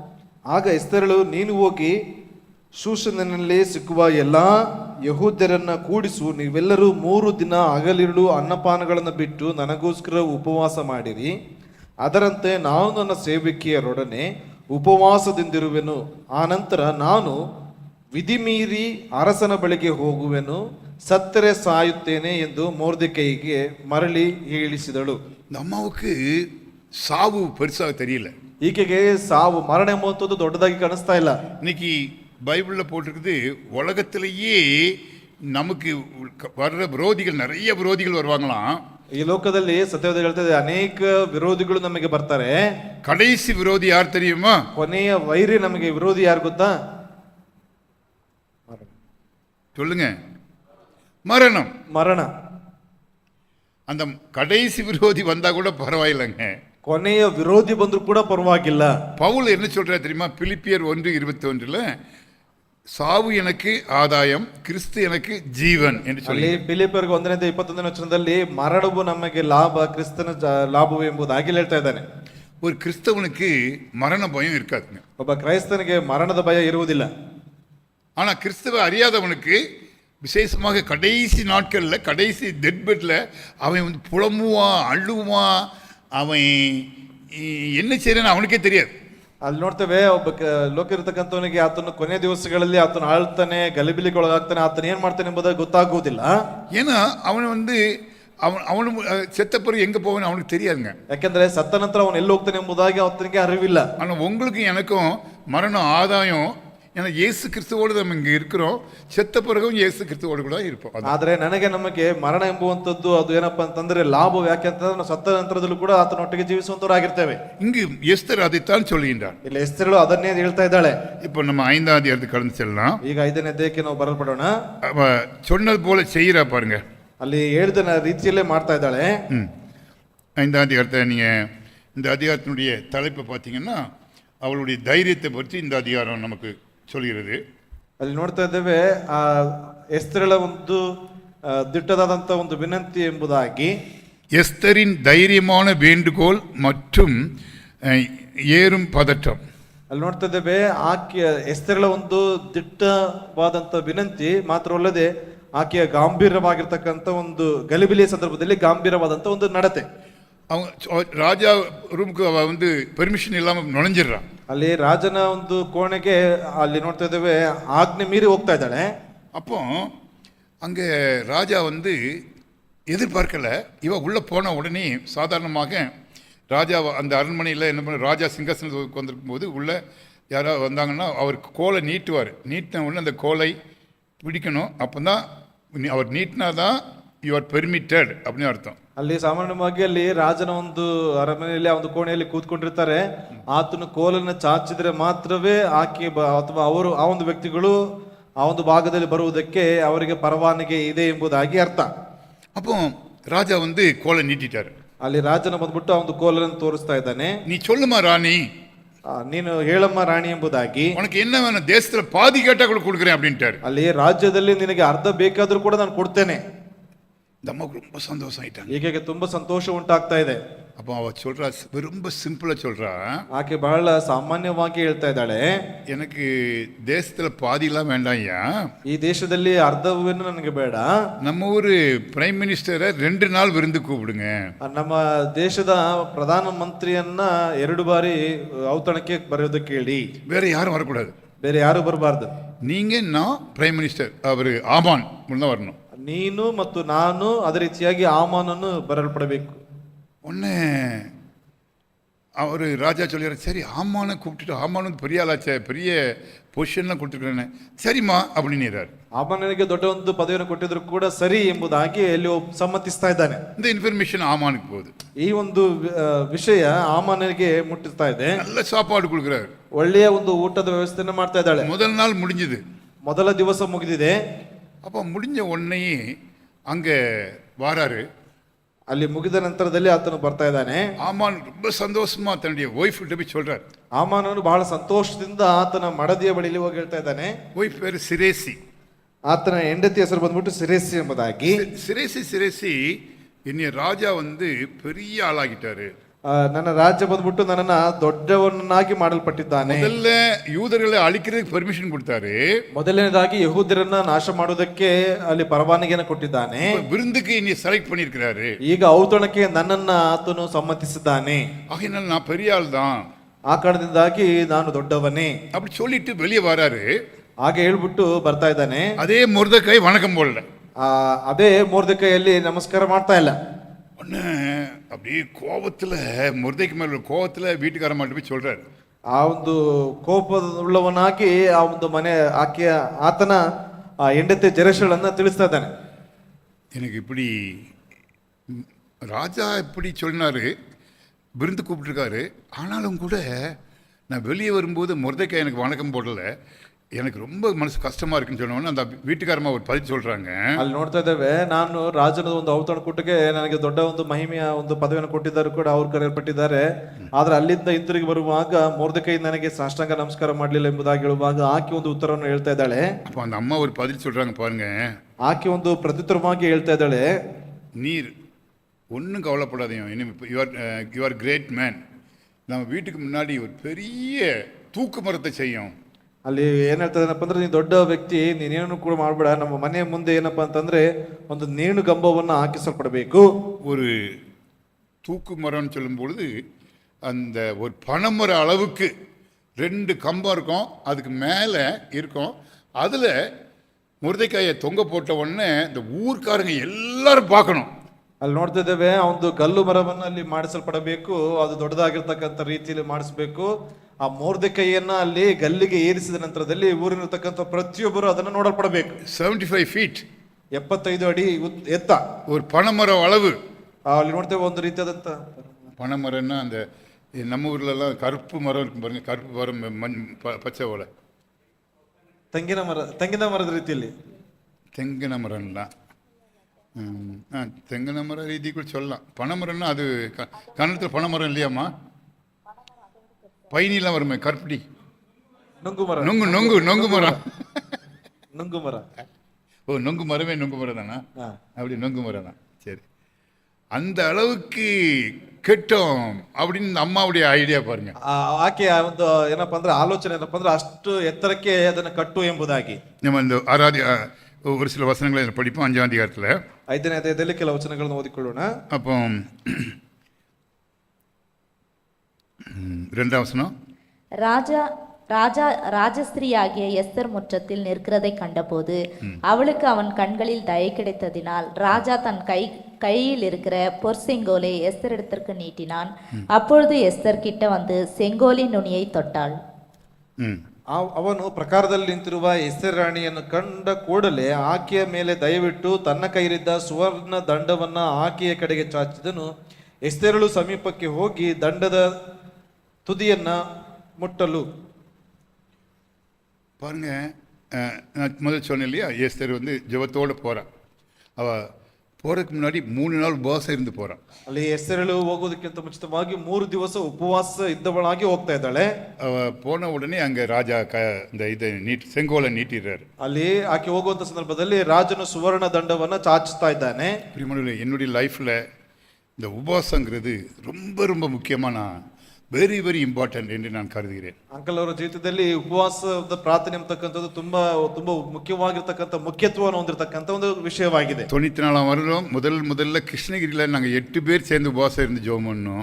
1994ರಲ್ಲಿ ಮೊದಲು 8 ಜನರು ಸೇರಿ ಕೃಷ್ಣಗಿರಿ ಪ್ರಾಂತದಲ್ಲಿ ಉಪವಾಸ ಪ್ರಾರ್ಥನೆಯನ್ನು ಪ್ರಾರಂಭಿಸಿದ್ವಿ. 3 ನಾள் தொடர்ந்து உபவாசம். 3 ದಿವಸದ ಒಂದು ಪ್ರಾರ್ಥನೆ. ஏற்கனவே 30 வருஷம் ஆச்சுங்க. ಸರಿಸುಮಾರು 30 ವರ್ಷ ಆಯ್ತು. இப்போ 10 இடத்துல உபவாசம் இருந்து ஜெபம் பண்றாங்க. ಈಗ ಸುಮಾರು 10 ಸ್ಥಳಗಳಲ್ಲಿ ಉಪವಾಸದಿಂದ ಪ್ರಾರ್ಥನೆ ಮಾಡ್ತಾ ಇದ್ದಾರೆ. ஏற்கனவே 1000 பேருக்கு மேல உபவாசம் இருக்கிறாங்க. ಸರಿಸುಮಾರು 1000ಕ್ಕೂ ಅಧಿಕವಾಗಿರ್ತಕ್ಕಂಥ ಜನಗಳು ಉಪವಾಸದಿಂದ ಇದ್ದಾರೆ. கல்வாரி சப்பல்ல பெரிய எழுப்புதலை கர்த்தர் கொடுத்து கொண்டிருக்கிறார். ಕಲ್ವಾರಿ ಚಪ್ಪ ಸಭೆಗಳಲ್ಲಿ ದೊಡ್ಡದಾಗಿರ್ತಕ್ಕಂಥ ಒಂದು ಉಜ್ಜೀನವನ್ನ ದೇವರು ಕೊಡಲ್ಪಡ್ತಾ ಇದ್ದಾರೆ. சாவு எனக்கு ஆதாயம் என்று சொல்லக்கூடிய அளவுக்கு நிறைய பேர் இருக்கிறாங்க. ಮರಣವು ನನಗೆ ಲಾಭವೇ ಎಂಬುದಾಗಿ ಹೇಳುವಂತ ಅನೇಕ ಜನರು ಇರಲ್ಪಟ್ಟಿದ್ದಾರೆ. நேற்று இரவிலே என்னுடைய ஒரு நல்ல ஊழியம் செய்யும் ஊழியக்காரர் எடிசன் அவர்கள் குஜராத்திலிருந்து போன் பண்ணியிருந்தார். ನಿನ್ನೆಯ ದಿವಸದಲ್ಲಿ ನಿನ್ನೆ ಮುಂಜಾನೆ ಗುಜರಾತ್ ಪ್ರಾಂತ್ಯದಲ್ಲಿ ಉತ್ತಮ ಸೇವೆಯನ್ನು ಮಾಡ್ತಾ ಇರ್ತಕ್ಕಂಥ ಎಡಿಸನ್ ಅವರು ಫೋನ್ ಕರೆಯ ಮೂಲಕವಾಗಿ ಮಾಡಲ್ಪಟ್ಟಿದ್ರು. 2000 வருடத்திலே நானும் அவரும் போய் குஜராத்தில் ஏற்கனவே 3 மாதம் ஊழியம் செய்து அவர் அங்கே தங்கிவிட்டார். 2000 ಇಸ್ವಿಯಲ್ಲಿ ಅಂಕಲ್ ಅವರು ಹೋಗ್ಬಿಟ್ಟು ಸರಿಸುಮಾರು 3 ತಿಂಗಳವರೆಗೂ ಅಲ್ಲಿ ಸೇವೆಯನ್ನ ಮಾಡಿ ಅವರನ್ನ ಆ ಒಂದು ಸೇವೆಯ ಭಾಗದಲ್ಲಿ ನಿಯೋಜಿಸಲ್ಪಟ್ಟಿದ್ವಿ. அப்பொழுது அங்கே ஒரு பெரிய பூகம்பம், நிறைய வீடுகள் இடிந்து விட்டது, நிறைய பேர் செத்து போயிட்டாங்க, நிறைய பேருக்கு நாங்கள் போய் ஹெல்ப் பண்ணோம். ಆ ಒಂದು ಭಾಗದಲ್ಲಿ ಭೂಕಂಪವಾಗಿತ್ತು, ಅನೇಕ ಕುಟುಂಬಗಳಲ್ಲಿ ನಾಶವಾಗಿ ಹೋಗಿದ್ವು, ಅನೇಕರು ಮರಣ ಹೊಂದಲ್ಪಟ್ಟಿದ್ರು. ಆ ಒಂದು ಸಂದರ್ಭಗಳಲ್ಲಿ ಅನೇಕ ಕುಟುಂಬಗಳಿಗೆ ಸಹಾಯವನ್ನು ಮಾಡಲ್ಪಟ್ಟಿದ್ವಿ. ஆயிரக்கணக்கான பாடியை நான் கண்ணால பார்த்தேன். 1000ದಷ್ಟು ಮೃತದೇಹಗಳನ್ನ ನಾನು ಕಣ್ಣಾರೆ ನೋಡಲ್ಪಟ್ಟಿದ್ದೆ. நிறைய பேருக்கு உதவி பண்ணோம். ಅನೇಕರಿಗೆ ಸಹಾಯವನ್ನ ಮಾಡಿದ್ವಿ. எடிசன் சொல்லிட்டாரு, நான் அங்கேயே இருந்து ஊழியம் செய்கிறேன். அவர் குழந்தை கூட இல்லை, அங்கேயே இருந்து அவர் ஊழியங்களை செய்தார். தேவன் அவர் ஆசீர்வதித்தார், ஒரு அருமையான ஆண் குழந்தையை கொடுத்தார். ಅಲ್ಲಿ ಅದ್ಭುತವಾಗಿ ಅವರಿಗೆ ಆ ಒಂದು ಸಂದರ್ಭದಲ್ಲಿ ಮಕ್ಕಳು ಇರಲಿಲ್ಲ. ದೇವರು ಅವರಿಗೆ ಒಂದು ಸೇವೆಯನ್ನು ಕೊಟ್ಟ ಕಾರಣದಿಂದಾಗಿ ಈ ಒಂದು ದಿವಸಗಳಲ್ಲಿ ದೇವರು ಅದ್ಭುತವಾಗಿ ಒಂದು ಗಂಡು ಮಗುವನ್ನು ಅವರ ಕುಟುಂಬಕ್ಕೆ ಕೊಡಲ್ಪಟ್ಟಿದ್ದಾರೆ. ஆண்டவர் ரொம்ப ஆசீர்வதிச்சார் அவர். ದೇವರು ತುಂಬಾ ಅಧಿಕವಾಗಿ ಆಶೀರ್ವದಿಸಲ್ಪಟ್ಟಿದ್ದಾರೆ. 4 திருச்சபைகளை நாட்டுவருக்கு தேவன் கிருபை செய்தார். 4 ಸಭೆಗಳನ್ನು ಪ್ರಾರಂಭಿಸುವಂತೆ ದೇವರು ಅವರಿಗೆ ಸಹಾಯ ಮಾಡಿದ್ದಾರೆ. நேற்று தின இரவில் அவர் காரியத்தை சொன்னார். ನಿನ್ನೆಯ ದಿವಸದಲ್ಲಿ ಒಂದು ಕಾರ್ಯವನ್ನು ಅವರು ಹೇಳಿದ್ರು. உங்களுக்கு தெரியும், பாகிஸ்தான் வந்து நம்ம குஜராத்தில் நம்ம ஊழியர்லேருந்து ஒரு 40-50 கிலோமீட்டருக்குள்ள தான் இருக்குது. ಅಲ್ಲಿ ಪಾಕಿಸ್ತಾನದ ಯುದ್ಧಗಳು ನಿಮಗೆ ಗೊತ್ತಿದೆ. ನಮ್ಮ ಭಾಗದಿಂದ ಸರಿಸುಮಾರು ಒಂದು 40 ಕಿಲೋಮೀಟರ್ಗಳು ದೂರದಲ್ಲಿದೆ. ಅದು பக்கம் தான், அதுக்கு ಪಕ್ಕವೇ ಇದೆ. அங்கே லைட் போட்டால் இங்கேருந்து பார்க்க தெரியும். ಅಲ್ಲಿ ಲೈಟ್ ಹಾಕಿದ್ರೆ ಇಲ್ಲಿಂದ ನೋಡೋದಕ್ಕೆ ಸಾಧ್ಯವಾಗ್ತದೆ. நான் அடிக்கடி அங்கே போய் அங்கே தங்கி இருந்ததுனால எனக்கு நல்லா தெரியும். ಯಾಕೆಂದ್ರೆ ನಾನು ಅಲ್ಲಿ ಆಗಾಗ ಹೋಗೋದಂತ ಕಾರಣದಿಂದಾಗಿ ನನಗೆ ಗೊತ್ತಿರ್ತದೆ. அப்போ நேற்றைய தினத்தில் அங்கே சண்டையில் அவங்க அங்கேருந்து குரோன் போட்டாங்க. அது வந்து எங்கள் வீட்டிலேருந்து 3 கிலோமீட்டர் தள்ளி வந்து விழுந்துச்சு கீழே. ಅವರು ಡ್ರೋನ್ ಅನ್ನು ಕಳಿಸುವಂತ ಸಂದರ್ಭದಲ್ಲಿ ನಮ್ಮ ಮನೆಯಿಂದ 3 ಕಿಲೋಮೀಟರ್ ದೂರದ ಭಾಗದಲ್ಲಿ ಅದು ಬಂದು ಬೀಳಲ್ಪಟ್ಟಿದೆ. அதனால ஒரு குண்டு போட்டால் எங்கள் ஊரே அழிஞ்சிரும். ಒಂದು ಗುಂಡು ಹಾಕಿದ್ರೆ ನಮ್ಮ ಊರೇ ನಾಶವಾಗಿ ಹೋಗ್ತದೆ. ஏன்னா குரோன் விழுகிற அளவுக்கு அங்கு காரியம் நடைபெற்றிருக்குது. ಡ್ರೋನ್ ಬೀಳುವಂತ ಹಂತದವರೆಗೂ ಅಲ್ಲಿ ಕಾರ್ಯವು ನಡೆಯಲ್ಪಟ್ಟಿದೆ. எனக்காக ஜெபம் பண்ணிக்கிடுங்க, ನನಗಾಗಿ ಪ್ರಾರ್ಥನೆ ಮಾಡಿ. அப்போ நான் சொன்னேன், ನಾನು ಹೇಳಿದೆ, நீங்கள் ஊர் பக்கம் வந்துருங்க தம்பி, ஏன் தம்பி இப்படி கஷ்டப்பட்டு ஊழியம் செய்யணும்னு சொன்னேன். ನೀವು ಊರ್ ಕಡೆ ಬಂದ್ಬಿಡಿ, ಯಾಕೆ ನೀವು ಕಷ್ಟಪಟ್ಟು ಸೇವೆನ ಮಾಡಬೇಕು ಎಂಬುದಾಗಿ. ஆனால் 100க்கு 100 அப்படி சொல்லாதுங்கண்ணே. 100ಕ್ಕೆ 100 ಆ ರೀತಿಯಾಗಿ ಹೇಳ್ಬೇಡಿ. இங்கே விசுவாசிகளோடு கூட நான் இருக்கணுங்கிறது தான் என்னுடைய ஆசை. ವಿಶ್ವಾಸಿಗಳ ಜೊತೆಲಿ ಇರಬೇಕು ಎಂಬುದಾಗಿ ನನ್ನ ಆಸೆ. செத்தாலும் சாகிறேன், ಸತ್ರು ಕೂಡ ಸಾಯ್ತೇನೆ. எனக்கு ரொம்ப சந்தோஷமா இருந்துச்சு பார்த்துட்டு. ಅಂಕಲ್ ಅವ್ರಿಗೆ ತುಂಬಾ ಸಂತೋಷವಾಗ್ತಾ ಇತ್ತು. ஏன்னா ஒரு வாரம் அங்கே கரண்ட் கிடையாது அந்த ஊரில். ಯಾಕೆಂದ್ರೆ ಒಂದು ವಾರ ಆ ಒಂದು ಊರಿನಲ್ಲಿ ಕರೆಂಟ್ ಇಲ್ಲ. ட்ரெயின் போகுதான், ட்ரெயினில் லைட் போடக்கூடாதான், வெறும் ட்ரெயின் பாயிண்ட் டு பாயிண்ட் போயிட்டு இருக்குதான். ಅಲ್ಲಿ ಟ್ರೈನ್ ಕೂಡ ಹೋಗ್ತಾ ಇದೆ, ಲೈಟ್ಗಳನ್ನ ಹಾಕ್ಬಾರ್ದು, ಕೇವಲ ಪಾಯಿಂಟ್ ಟು ಪಾಯಿಂಟ್ ಮಾತ್ರ ಹೋಗ್ಬೇಕು. பஸ்ஸு கிசு ஒன்றும் கிடையாது, கடையெல்லாம் பூட்டப்பட்டிருக்குது. ಬಸ್ಸು ಏನು ಇಲ್ಲ, ಎಲ್ಲ ಅಂಗಡಿಗಳು ಮುಚ್ಚಲ್ಪಟ್ಟಿದೆ. எல்லாரும் குழி தோண்டி போட்டிருக்காங்க, எல்லாரும் தப்பிக்கிறதுக்கு வழி சொல்லியிருக்காங்க. ಅಲ್ಲಿ ಗುಳಿಗಳನ್ನ ಏನಪ್ಪಾ ಅಂದ್ರೆ ಗುಂಡಿಯನ್ನು ತೋಡ್ಬಿಟ್ಟು ಎಲ್ಲರೂ ತಪ್ಪಿಸಿಕೊಳ್ಳುವುದಕ್ಕೆ ಮಾರ್ಗಗಳನ್ನ ಹೇಳ್ತಾ ಇದ್ದಾರೆ. ஆனாலும் அவர் தைரியமா இருக்கிறார். ಆದ್ರೂ ಕೂಡ ಧೈರ್ಯ ಉಳ್ಳವರಾಗಿದ್ದಾರೆ. நான் செத்தாலும் சாகிறேன். ನಾನು ಸತ್ರು ಸಾಯ್ತೇನೆ. பிரியமானவர்களே, கேட்க மாட்டேங்குதா? Okay, I'm sorry. நான் செத்தாலும் சாகிறேன். இதை நம்ம மெசேஜ் ப்ரிப்பேர் பண்ணிட்டு இருக்கும்போது ஒரு அருமையான சாட்சி இது. ನಾನು ಸತ್ರು ಸಾಯ್ತೇನೆ ಎಂಬುದಾಗಿ ಈ ಒಂದು ಮೆಸೇಜ್ ಅನ್ನು ಪ್ರಿಪೇರ್ ಮಾಡುವಂತ ಸಂದರ್ಭದಲ್ಲಿ ಅದ್ಭುತವಾದಂತ ಒಂದು ಸಾಕ್ಷಿ. எனக்கு ரொம்ப சந்தோஷமாக இருந்துச்சு. ಅಂಕಲ್ ಅವರಿಗೆ ತುಂಬಾ ಸಂತೋಷ ಉಂಟಾಗ್ತಾ ಇತ್ತು. பிரியமானவர்களே, அந்த சகோதரன் அவர் அங்கே போன பிறகு ஒரு பையன் கொடுத்துருக்காரு ஆண்டவர். அவர் மனைவி நல்லா ஒளிஞ்சுறாங்க, அவங்க சந்தோஷமா ஒளிஞ்சுறாங்க. ಅಲ್ಲಿ ಹೋದ ನಂತರದಲ್ಲಿ ದೇವರು ಅದ್ಭುತವಾಗಿ ಒಂದು ಅವರ ಕುಟುಂಬಕ್ಕೆ ಒಂದು ಗಂಡು ಮಗನ ಕೊಟ್ಟಿದ್ದಾರೆ. ಕುಟುಂಬ ಸಮೇತವಾಗಿ ಅದ್ಭುತವಾದಂತ ಸೇವೆಯನ್ನ ಮಾಡ್ತಾ ಇದ್ದಾರೆ. 25 வருஷம் ஆச்சு போய். அவர் 25 ವರ್ಷಗಳಾಯ್ತು ಅಲ್ಲಿ ಅವರು ಹೋಗಿ. அதுக்கு முன்னாடி ஒரு 5 வருஷம் இங்கே ஊழியம் பண்ணாரு. ಅದಕ್ಕೆ ಮುಂಚಿತವಾಗಿ 5 ವರ್ಷ ಇಲ್ಲಿ ಸೇವೆನ ಮಾಡಿದ್ದಾರೆ. கல்வர் சாப்பல் பைபிள் ஸ்கூல்ல படிச்சவர். ಕಲ್ವ ಚಾಪಲ್ ಬೈಬಲ್ ಸ್ಕೂಲ್ ನಲ್ಲಿ ಓದಿರ್ತಕ್ಕಂಥ ವ್ಯಕ್ತಿ. எனக்கு ரொம்ப பிடிக்கும் அவரை. ಅಂಕಲ್ ಅವರಿಗೆ ತುಂಬಾ ಇಷ್ಟ ಆಗುವಂತ ವ್ಯಕ್ತಿ. பிரியமானவர்களே, இதுதான் ஊழியம் என்று நான் விசுவாசிக்கிறேன். ಇದೇ ಸೇವೆ ಎಂಬುದಾಗಿ ನಾನು ನಂಬಿಕೆ ಉಳ್ಳವನಾಗಿದ್ದೇನೆ. பணத்துக்காகவோ அல்லது பொருளுக்காகவோ நிறைய பேர் ஊழியம் செஞ்சு எல்லாமே லாஸ் ஆகிட்டு இருக்கிறாங்க. ಹಣಕ್ಕಾಗಿಯೋ ಅಥವಾ ಏನೋ ಗಳಿಸಬೇಕು ಎಂಬುದಾಗಿ ಸೇವೆ ಮಾಡ್ತಕ್ಕಂಥದ್ದು ಎಲ್ಲವೂ ಅದು ನಶ್ವರವಾಗಿ ಹೋಗಲ್ಪಟ್ಟಿದೆ. இங்க மொர்தெகாய் ஒரு பெரிய தூக்கு மரத்தை பண்ணிவிட்டாரு. ಅಲ್ಲಿ ಮೊರ್ದೆಕೈ ದೊಡ್ಡದಾಗಿರ್ತಕ್ಕಂಥ ಒಂದು ಗಲ್ಲು ಮರವನ್ನ ಆತನು ಮಾಡಿಸ್ತಾ ಇದ್ದಾನೆ. ஆறாவது இடத்துக்கு வாங்க. 6ನೇ ಅಧ್ಯಾಯಕ್ಕೆ ಬನ್ರಿ. இங்க என்ன நடக்குது பாருங்க. ಇಲ್ಲಿ ಏನಾಗ್ತಾ ಇದೆ ನೋಡ್ರಿ. ஒரு இரவு பாதுகாப்பு மற்றும் மொர்தெகாயினுடைய எழுச்சி. ಅಲ್ಲಿ ನೋಡ್ತಾ ಇದ್ದೇವೆ, ಆ ಒಂದು ರಾತ್ರಿಯಲ್ಲಿ ಮೋರ್ದೆಕೈಗೆ ಮಹಾಗಣ ಉಂಟಾಗುವಂತದ್ದು. ஒரே ராத்திரியில ஆண்டவர் கம்ப்ளீட்டா எல்லாத்தையும் டர்ன் பண்ணிடுறாரு பாருங்க. ಒಂದೇ ರಾತ್ರಿಯಲ್ಲಿ ದೇವರು ಎಲ್ಲವನ್ನ ಸಂಪೂರ್ಣವಾಗಿ ಬದಲಾಯಿಸಲ್ಪಟ್ಟಿದ್ದಾರೆ. என்னாச்சு? ಏನಾಯ್ತು? ராஜாவுக்கு ராத்திரி தூக்கம் வரல. ಆ ದಿವಸ ರಾತ್ರಿಯಲ್ಲಿ ಅರಸನಿಗೆ ನಿದ್ರೆ ಬರಲಿಲ್ಲ. தூக்கம் வரலன்னு ஒன்று சாதாரணமாக ராஜாக்கள் என்ன பண்ணுவாங்க, மியூசிக் பார்ட்டி போடுவாங்க, மியூசிக் கேட்பாங்க, இல்லை பாட்டு பாடுவாங்க, ஏதோ நடக்கும். இந்த ராஜா என்ன பண்ணியிருக்கிறாரு, பழைய சரித்திரத்தெல்லாம் எடுத்து படிங்கப்பா அப்படின்னு சொல்லியிருக்கிறாரு. ಅಲ್ಲಿ ಸಾಮಾನ್ಯವಾಗಿ ಏನ್ ಮಾಡ್ತಾರೆ, ನಿದ್ರೆ ಬರ್ಲಿಲ್ಲ ಅಂತ ಅಂದ್ರೆ ಅವರು ಏನಪ್ಪಾ ಅಂದ್ರೆ ಒಂದು ವಾದ್ಯಗಳನ್ನು ಬಾರಿಸುವುದು ಅಥವಾ ಸಂಗೀತ ಕಚೇರಿಗಳನ್ನು ಮಾಡುತ್ತಾರೆ. ಆದ್ರೆ ಇಲ್ಲಿ ಏನ್ ಮಾಡ್ತಾ ಇದ್ದಾರೆ ಅಂದ್ರೆ ಹಳೆಯ ಪೂರ್ವ ವೃತ್ತಾಂತದ ಗ್ರಂಥಗಳನ್ನ ಅವರು ತರಿಸಿ ಪಾರಾಯಣ ಮಾಡೋದಕ್ಕೆ ಹೇಳ್ತಾ ಇದ್ದಾನೆ. அப்போ இந்த மந்திரி கொண்டு வந்து படிக்கிறார் பழைய ஹிஸ்டரி எல்லாம். ಆ ಮಂತ್ರಿ ತೆಗೆದುಕೊಂಡು ಬಂದು ಆ ಒಂದು ಹಳೆಯ ಪೂರ್ವ ಗ್ರಂಥದ ಒಂದು ವೃತ್ತಾಂತಗಳನ್ನ ಆತನು ಓದ್ತಾ ಇದ್ದಾನೆ. அப்போ அந்த நேரத்தில் வந்து படிக்கும்போது அந்த மந்திரி படிக்கும்போது ராஜாவுக்கு ஒரு மைண்டில் ஒரு முக்கியமான பாயிண்ட் வருது. ರಾಜನ ಮನಸ್ಸಿನಲ್ಲಿ ಮುಖ್ಯವಾದಂತ ಒಂದು ಏನಪ್ಪಾ ಅಂತಂದ್ರೆ ಒಂದು ಆಲೋಚನೆ ಅಥವಾ ಒಂದು ಸಂಗತಿ ಬರ್ತಾ ಇದೆ. அது என்ன சங்கதி? ಅದು ಯಾವ ಸಂಗತಿ? ராஜா, நீங்க ராணிய அபிஷேகம் பண்ற அன்னைக்கு மொர்தெகாய் அப்படின்னு ஒருத்தன் ஒரு 2 கள்ளன்களை பிடிச்சான். அந்த 2 கள்ளன்களையும் உங்களை கொலை பண்ண வந்தாங்க, அவங்கள பிடிச்சி நம்ம தூக்கில் போட்டுட்டோம். இந்த ஒரு நற்செய்தி என்று இந்த நற்செய்தியை படிக்கிறாங்க. ಅಲ್ಲಿ ಆ ಒಂದು ಒಳ್ಳೆಯ ಸುದ್ದಿಯನ್ನು ಓದ್ತಾ ಇದ್ದಾರೆ ಎಂಬುದಾಗಿ ರಾಣಿಗೆ ಪಟ್ಟಾಭಿಷೇಕವನ್ನು ಮಾಡುವಂತ ಸಂದರ್ಭದಲ್ಲಿ ಇಬ್ಬರು ವ್ಯಕ್ತಿಗಳು ಅಲ್ಲಿ ಒಳಸಂಚು ಮಾಡಿ ರಾಜನನ್ನು ಕೊಂದು ಹಾಕಬೇಕೆಂಬುದಾಗಿ ಬರುವಾಗ ಮೊರ್ದೆಕೈ ಅವರನ್ನು ಹಿಡಿದುಕೊಳ್ಳಲ್ಪಟ್ಟಿದ್ದಾನೆ ಎಂಬುದಾಗಿ ಆ ಒಂದು ಸುದ್ದಿಯನ್ನು ತಿಳಿಸ್ತಾ ಇದ್ದಾರೆ. அப்போ ராஜா கேட்குறாரு, அந்த மொர்தெகாய்க்கு என்ன கிஃப்ட் கொடுத்தோம், என்ன அவார்டு கொடுத்தோம்? ಅಲ್ಲಿ ರಾಜ ಕೇಳ್ತಾ ಇದ್ದಾರೆ, ಮೊರ್ದೆಕೈಗೆ ಯಾವ ಸನ್ಮಾನವನ್ನು ನಾವು ಮಾಡಿದ್ದೇವೆ? அப்போ உடனே ஒன்றும் கொடுக்கல. ತಕ್ಷಣವಾಗಿ ಹೇಳ್ತಾ ಇದ್ರೆ ಏನು ಕೂಡ ಕೊಡಲಿಲ್ಲ. அப்போ மொர்தெகாய்க்கு கொடுக்கணும் இல்லையா? ಆಗ ಹೇಳ್ತಾ ಇದ್ದಾನೆ, ಮೊರ್ದೆಕೈಗೆ ಕೊಡ್ಬೇಕಲ್ವಾ? சரி, இந்த டைம்ல விருந்துக்கு வந்திருக்கிறாரு யாரு? ஆமான் விருந்துக்கு வந்திருக்கிறாரு. ಈ ಸಂದರ್ಭದಲ್ಲಿ ಆಮಾನನು ಅಲ್ಲಿ ಔತಣಕ್ಕೆ ಬಂದಿದ್ದಾನೆ. அப்போ ஆமான் விருந்துக்கு வந்த உடனே ஆமான்ட்டே இந்த கொஸ்டினுக்கு பதில் கேட்கிறாரு. ಆಮಾನನ ಬಳಿಯಲ್ಲಿ ಇದಕ್ಕೆ ಒಂದು ಪ್ರಶ್ನೆಯನ್ನ ಕೇಳ್ತಾ ಇದ್ದಾರೆ. ஏன்னா 2 நாள் விருந்துக்கு வரணும் இல்லையா? ಯಾಕೆ ಅಂತಂದ್ರೆ 2 ದಿವಸ ಔತಣಕೂಟಕ್ಕೆ ಬರಬೇಕು. ஃபர்ஸ்ட் டே விருந்து, ಇದು ಮೊದಲ ದಿವಸ ಒಂದು ಔತಣಕೂಟ. ஆமான்ட்ட கேட்கிறாரு, இப்படி ராஜாவுக்கு தன் உயிரை கொடுத்து பாதுகாத்தவனுக்கு நம்ம என்ன பண்ணணும்? ಅಲ್ಲಿ ರಾಜನಿಗೆ ಜೀವವನ್ನು ಕೊಟ್ಟು ಜೀವವನ್ನು ಪಣಕ್ಕಿಟ್ಟು ಅಲ್ಲಿ ಸಹಾಯ ಮಾಡಿರ್ತಕ್ಕಂಥವನಿಗೆ ಏನನ್ನ ನಾವು ಮಾಡಬೇಕು? ஆமான் சொல்றாரு. ತಕ್ಷಣವಾಗಿ ಆಮಾನನ ಹೇಳ್ತಿದ್ದಾನೆ, தனக்கு தான் நினைச்சுக்கிட்டு ராஜாவுடைய குதிரையில ஏத்தி ராஜாவுடைய மோதிரத்தை போட்டு அவனை இந்த ஊருக்கெல்லாம் ராஜாவுக்கு அடுத்ததுன்னு சொல்லணும் அப்படின்னு சொல்லிடுறாரு. ಅಲ್ಲಿ ಆತನು ತನಗೆ ಎಂಬುದಾಗಿ ಅಂದುಕೊಳ್ಳಲ್ಪಟ್ಟವನಾಗಿ ಆತನ ಏನ್ ಹೇಳ್ತಾ ಇದ್ದಾನೆ, ರಾಜನ ಮುದ್ರೆಯನ್ನ ಧರಿಸಲ್ಪಟ್ಟವನಾಗಿ ಊರೆಲ್ಲ ಆತನನ್ನ ಒತ್ತು ಸಾಗಿಸ್ಬೇಕು, ಮದತ್ರದಲ್ಲಿದೆ ಅರಸನ ನಂತರದಲ್ಲಿ ಈತನೇ ಅರಸನ ಎಂಬುದಾಗಿ ಆ ರೀತಿಯಾಗಿ ತಿಳಿಸ್ಬೇಕು ಎಂಬುದಾಗಿ ஆமான்னு நினைச்சேன். தனக்கு தான் அந்த ஸ்தானம் கிடைக்கும்னு நினைச்சுக்கிட்டான். ಆಮನ ಅಲ್ಲಿ ಅಂದ್ಕೊಳ್ತಾ ಇದ್ದಾನೆ ಅದು ನನಗೆ ಆ ಒಂದು ಸ್ಥಾನಮಾನ ಆತನಿಗೆ ಸಿಗುವುದಕ್ಕಿದೆ ಎಂಬುದಾಗಿ. ஆனா என்னாச்சு, ಆದ್ರೆ ಏನಾಗ್ತಾ ಇದೆ, விருந்து முடிஞ்சது, ಆ ಒಂದು ಔತಣಕೂಟ ಮುಗಿದಿದೆ, அவர் போயிட்டாரு. ಅವ್ರು ಹೋಗಿದ್ದಾರೆ. இதான் 6வது அதிகாரம். ಇದು 6ನೇ ಅಧ್ಯಾಯ. 6வது அதிகாரத்தை ஒரு சில வசனங்கள் மட்டும் படிக்கலாம். 10ஆம் வசனம் படிங்க. 10ನೇ ವಚನ ಓದಿಕೊಳ್ಳೋಣ. அப்பொழுது ராஜா ஆமானை நோக்கி, சீக்கிரமாய் நீ சொன்னபடி வஸ்திரத்தையும் குதிரையையும் கொண்டு போய் ராஜா அரண்மனையின் வாசலில் உட்கார்ந்திருக்கிற யூதனாகிய மொர்தேகாய்க்கு அந்த பிரகாரம் செய், நீ சொன்ன எல்லாவற்றிலும் ஒன்றும் தவறாதபடி பார் என்றான். ಕೂಡಲೇ ಅರಸನು ಆಮಾನನಿಗೆ, ನೀನು ಹೇಳಿದ ವಸ್ತ್ರಗಳನ್ನ ಕುದುರೆಯನ್ನು ಬೇಗನೆ ತೆಗೆದುಕೊಂಡು ಬಂದು ಅರಮನೆಯ ಬಾಗಿಲಿನಲ್ಲಿ ಕೂತಿರುವ ಮೊರ್ದೆಕೈ ಎಂಬ ಯಹೂದ್ಯನಿಗೆ ಹಾಗೆಯೇ ಮಾಡು, ನೀನು ಹೇಳಿದವುಗಳಲ್ಲಿ ಒಂದನ್ನೂ ನೆರವೇರಿಸದೆ ಬಿಡಬೇಡ ಎಂದು ಅಪ್ಪಣೆ ಮಾಡಿದನು. இப்போ என்ன சொல்றாரு, அந்த இவர் நினைச்சாரு தனக்குன்னு நினச்சிக்கிட்டு தான் அவர் சொன்னவர்.